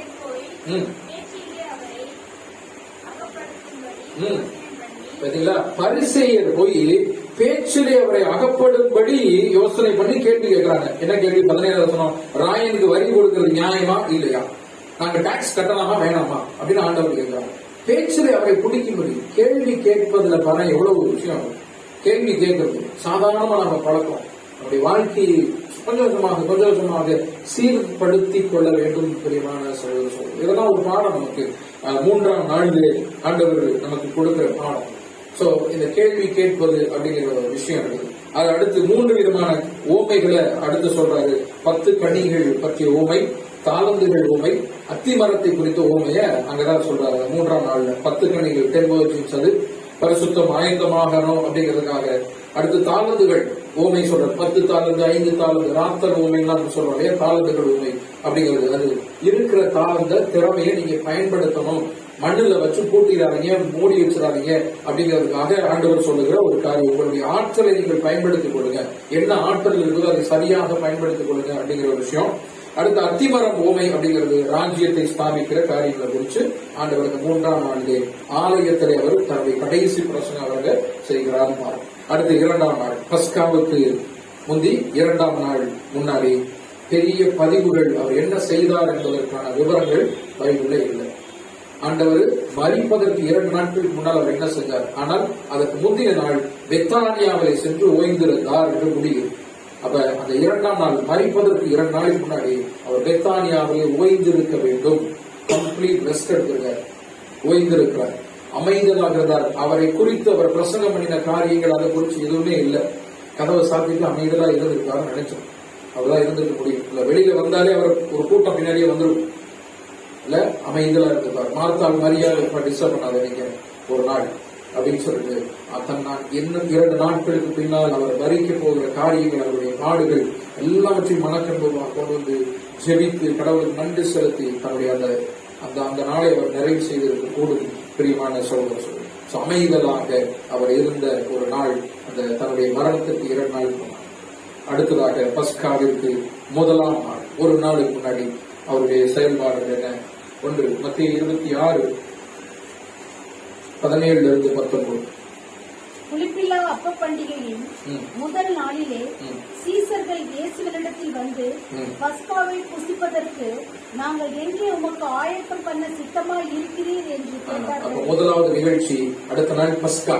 அந்த பஸ்காவை ஆயத்தம் பண்ணக்கூடிய அந்த நிகழ்ச்சியை நாங்க என்ன செய்யணும், என்ன போய் எங்க பண்ணணும் அப்படின்னு சொல்லிட்டு சீடர்கள் கேட்பாங்க அப்படிங்கறது அது சொல்லப்படுது இல்லைங்களா. சீடர்கள் சென்றார்கள் அப்படின்னு சொல்லிட்டு சொல்றாரு. 18ஆம் வசனத்துல நீங்கள் நகரத்துக்கு போங்க அப்படின்னு சொல்லிட்டு சொல்றாரு. 19ஆம் வசனத்துல சீசர்கள் போய் ஆயத்தம் பண்ணினாங்க அப்படின்னு இருக்கு. இப்ப சீசர்னா 12 பேரும் அங்க இருந்திருப்பாங்களா? யூதாஸும் சேர்ந்து 12 பேரும் அங்க போய் ஆயத்தம் பண்ணிருப்பாங்களா? ஆண்டவர் 12 பேருக்குமே சொன்னாரு அப்படின்னு ஒரு கேள்வி வரும். ஆமா, சீடர்கள் கொடுத்துருக்காங்களே அப்படின்னு சொல்லிட்டு இல்லையா. ஆனா இன்னும் கொஞ்சம் பாருங்க, மார்க் 14-13, மார்க் நற்செய்தி நூல் 14ஆம் அதிகாரம் 13ஆம் வசனம். அவர் தம்முடைய சீசரில் 2 பேரை பாத்தீங்களா? இங்க மத்தியில பாத்தீங்கன்னா சீடர்கள் மொத்தமா இருக்கு, எத்தனை பேர்னு சொல்லப்படல. ஆனா மார்க்ல பாத்தீங்கன்னா 2 பேர் மட்டுமே அப்படின்னு அங்க சொல்லப்படுது. யார் அந்த 2 பேரு தெரியல. பாருங்க, லூக்கா நற்செய்தி நூல் 22:8. லூக்கா 22. பேதுருவையும் யோவானையும் அழைத்து, நாம் பஸ்காவை புசிக்கும்படிக்கு நீங்கள் போய் அதை தமக்கு ஆயத்தம் பண்ணுங்கள். பார்த்தீங்களா? அப்ப இதெல்லாம் தேடி வாசியுங்கள் அப்படிங்கிறது. ஆராய்ந்து பார்க்கும்போது நம்ம விஷயத்தை கண்டுபிடிச்சோம் இல்லையா. சீடர்கள் அத்தனை பேர்த்தையும் அவர் சொல்லல, 2 பேர்கிட்ட சொன்னார்னு ஒரு நற்செய்தியாளர் சொல்றாரு. அந்த யார் 2 பேருங்கிறத இன்னொரு நற்செய்தியாளர் சொல்றாரு. அப்ப இந்த 4 நற்செய்தி நூல்ல வாசித்து பார்க்கும்போதுதான் நமக்கு தெளிவாக சில காரியங்கள். அப்ப 1 பஸ்காவுக்கு ஆயத்தம் பண்ணினார்கள் அப்படிங்கிறது. அடுத்த 2வது ஒரு நிகழ்ச்சி லூக்கா 22-24 தங்களுக்குள் யார் பெரியவன் என்கிற ஒரு வாக்குவாதம் நடந்துச்சு. 2வது நிகழ்ச்சி தங்களுக்குள்ளாக யார் பெரியவன், நான் மறிக்க போறேன் அப்படின்னு சொல்லி சொன்ன உடனே அடுத்த போஸ்ட் யாரு அப்படின்னு அடுத்த ஒரு சண்டை வருது அப்படிங்கிற பாருங்க. அடுத்து 3வது ஒரு நிகழ்ச்சி தான் பாதம் கழுவுகிற நிகழ்ச்சி. 3வது ஒரு நிகழ்ச்சி பாதம் கழுவுகிற நிகழ்ச்சி. யோவான் நற்செய்தி நூல் 13ஆம் அதிகாரத்துல ரொம்ப விளக்கமாக சொல்லப்பட்டிருக்கிறது. பாதம் கழுவிட்டே வர்றாரு. சீலையை திடீர்னு கலட்டி, இந்த மேல் ஆடையை கலட்டிட்டு ஒரு இடுப்புல ஒரு துண்டை கட்டிட்டு ஒவ்வொரு சீடர்களுடைய பாதங்களையும் அவர் கழுவ ஆரம்பிக்கிறார். கழுவ ஆரம்பிச்சோன்னா பேதுரு என்ன சொல்றாருங்க? பேதுரு என்ன சொல்றாரு? 13:9 நீங்களா என்னுடைய பாதத்தை கழுவுனால் கழுவுவதற்கு நான் இடம் கொடுக்க மாட்டேன் அப்படிங்கிறார். பேதுரு சொல்றாரு, பீட்டர் நீங்க என் பாதத்தை பிடிக்கிறது நான் இடம் கொடுக்க மாட்டேன் அப்படின்னு சொல்லிட்டு அவர் ஆண்டவர் 10வது வசனத்துல என்ன சொல்றாரு பாருங்க. 13:10. கழுவ வேண்டியதாய் இருக்கும். மூழ்கினவன் தன் பாதங்களை மாத்திரம் கழுவினா போதும். குளிச்சிட்டோம், காலையில குளிச்சிட்டோம், வெளியில போயிட்டு வந்துட்டா திரும்ப திரும்ப குளிக்கிறோமா? இல்ல, கை காலை மட்டும் கழுவினா போதும். முழுகிட்டு காலையில குளிச்சுட்டு அப்படின்னு சொன்னா காய் காலை மட்டும் கழுவினா போதும். காலை ஏன் கழுவணும்? மெயினா காலை கழுவுறதுக்கு காரணம் என்னப்பா? ஏன் காலை கழுவணும்? பாதங்களை கழுவுவதற்கு என்ன காரணம்? போயிட்டு வந்துட்டோம்னா காலில் தான் அழுக்கு நிறைய இருக்கும் இல்லையா? பூமியோடு மண்ணோடு தொடர்புடைய ஒரே ஒரு சரீர அங்கம் என்னன்னா பாதம் தான், கால். அதனால காலை கழுவிட்டு, அந்த காலத்துல முற்றம்னு வச்சிருப்பாங்க பெரிய பெரிய வீடுகள்ல, முன்னாடி பாதத்தை கழுவிட்டு தான் அதுக்கப்புறம் உள்ளே வரணும். பாதம் கழுவுறதுக்காக தண்ணி கொடுக்குற அந்த காரியங்கள். அப்ப பாதம் கழுவுகிறது இந்த பூமியோடு ஒட்டி இருக்கக்கூடிய ஒரே சரீர உறுப்பு பாத்தீங்கன்னா அது பாதம். அதனால குளிச்சுட்டேன்னா கால் மட்டும் கழுவினாலே போதும்பா அப்படின்னு சொல்லிட்டு அங்க அவரு சொல்றாரு. அப்ப பூமியோடு தொடர்புடையது இந்த பாவம். அதே போல இந்த பாத அங்கம் யாருங்க? சபை. இந்த சபை அடிக்கடி தன்னை சுத்திகரித்துக் கொண்டே இருக்க வேண்டும். ஏன்னா இந்த பூமியோடு தொடர்பு வருவதற்கு நிறைய வாய்ப்பு இருக்கு. பிரதர் அப்படி அவங்க எல்லாம் இருக்காங்க, அந்த பாஸ்டர் அப்படி இருக்காரு, அந்த ஊழியக்காரர் அப்படி இருக்காரு, அவர் தீர்க்க தரிசனம் சொன்னாரு, இவர் சொன்னாரு, அவங்க எல்லாம் இல்ல. இப்ப பூமியோடு தொடர்புடைய ஒரு வாழ்க்கை உங்களுக்கு தான் இருக்கு. பாத அங்கங்களாகிய சரீரம் உங்களுக்கு தான் இருக்கு. நீங்க தான் ரொம்ப கவனமா இருக்கணும், ரொம்ப ரொம்ப கவனமா இருக்கணும். ஒவ்வொரு தடவை வெளியில போயிட்டு வரும்போது என்ன பண்ணணும்? பாதத்துல தண்ணியை ஊத்தி ஊத்தி கழுவி சுத்திகரிக்கணும். நாம் எவ்வளவு தூரம் கழுவி சுத்திகரிக்கிறோமோ அவ்வளவு தூரம் நாம் சுத்தமாக இருப்போம், பரிசுத்தமா இருப்போம். வியாதியோ நோயோ மரணமோ போன வாரம் பார்த்தது எதுவும் நம்மை அணுகாது. கரெக்டுங்களா? நீங்க எத்தனை தடவை சோப் போட்டு கழுவுறோம், சானிடைசர், ஹேண்ட் வாஷ் அப்படின்னு போட்டு அதுதான் நீங்க உலகத்துல அதிகமா வித்துட்டு இருக்காங்க. அரிசி பருப்பு கூட கிடையாது, சானிடைசர் தான் நீங்க அதிகமா விற்குது. ஹேண்ட் வாஷ் விதவிதமா விற்க ஆரம்பிச்சிட்டாங்க. உலகத்துல அதிகமா வைக்கக்கூடிய ஒரு பொருள் இதுதான் இன்னைக்கு உலகத்துல. எப்படி மாறிச்சு பாருங்க உலகம். கைகளுக்கு கலகு சொன்னாலும் பட மாட்டாங்க. இன்னைக்கு வேற வழி இல்ல. நம்ம அதே போல வேற வழியே இல்லை. நாம் கழுவப்பட வேண்டும், சுத்திகரிக்கப்பட வேண்டும் அப்படிங்கிறது. கால் சுத்தமாயிருச்சு, பாதம் சுத்தமாயிருச்சுன்னா சரீரம் முழுவதும் சுத்தமாயிருக்கு அப்படிங்கிறது. அது மாதிரிதான் சபை இன்னைக்கு சுத்தமா இருந்துச்சுன்னா இன்னைக்கு உலகமே ஆசீர்வாதத்தை பெற்றுக்கொள்ளும். சபை சுத்திகரிக்கப்பட வேண்டும். சபையை வைத்துதான் முழு உலகம் ஆசீர்வதிக்கப்பட போகிறது. இன்னைக்கு நீங்களும் நானும் சபையாக இருக்கிறோம் அப்படின்னா, நான் பஸ்ல போய்கிட்டு இருக்கேன், ட்ரெயின்ல போய்கிட்டு இருக்கேன், என் நிமித்தம் அந்த பேருந்து ஆசீர்வதிக்கப்படும், பஸ் ஆசீர்வதிக்கப்படும். அந்த விசுவாசம், அந்த பெய்த், அந்த வைராக்கியம், அந்த நம்பிக்கையை நம்ம வச்சிருக்கணும். என் நிமித்தம் இந்த சபை ஆசீர்வதிக்கப்படும், என் நிமித்தம் என் குடும்பம் ஆசீர்வதிக்கப்படும். நோவாவின் நிமித்தம் நோவா குடும்பம் ஆசீர்வதிக்கப்பட்டுச்சு, காப்பாற்றப்பட்டுச்சு. நோவா மனைவி என்ன செஞ்சாங்க? நோவா பிள்ளைங்க என்ன செஞ்சாங்க? நோவாவுடைய மருமக்கள் என்ன செஞ்சாங்க? ஒண்ணுமே இல்லை. நோவாவின் பொருட்டு நோவா குடும்பம் ஆசீர்வதிக்கப்பட்டுச்சு. ஒவ்வொரு குடும்பம், ஒவ்வொரு உறுப்பினர்கள் தேவன, அது குடும்ப தலைவர் மிக முக்கியமான குடும்ப பொறுப்பை எடுத்து நடத்துகிற குடும்ப தலைவர் தேவனுக்கு பிரியமான காரியம். குடும்பம் முழுவதும் ஆசீர்வதிக்கப்படும். இதான் வேதத்தில் சொல்லப்பட்ட ஒரு காரியம். குடும்பம் முழுவதும் ஆசீர்வதிக்கப்படும். நாம் ஒவ்வொருவரும் அந்த குடும்பம் அங்கத்தினர்களாக சபையாக அமர்கிறோம். சபை நிமித்தம் முழு உலகம் ஆசீர்வதிக்கப்படும். நாம் ஆசீர்வாதமா இருந்தா நம்ம தெரு ஆசீர்வாதமா இருக்கும். நம்ம யோசித்து பார்த்து இந்த முதலாவது நாளில் நடந்த அந்த காரியத்தை பார்க்கும். பாதம் கழுவுகிற அந்த காரியம், கடைசியாக அவர் ஏற்படுத்தின அந்த காரியம் புதிய உடன்படிக்கை. லூக்கா நற்செய்தி 22ஆம் அதிகாரம் 19-20.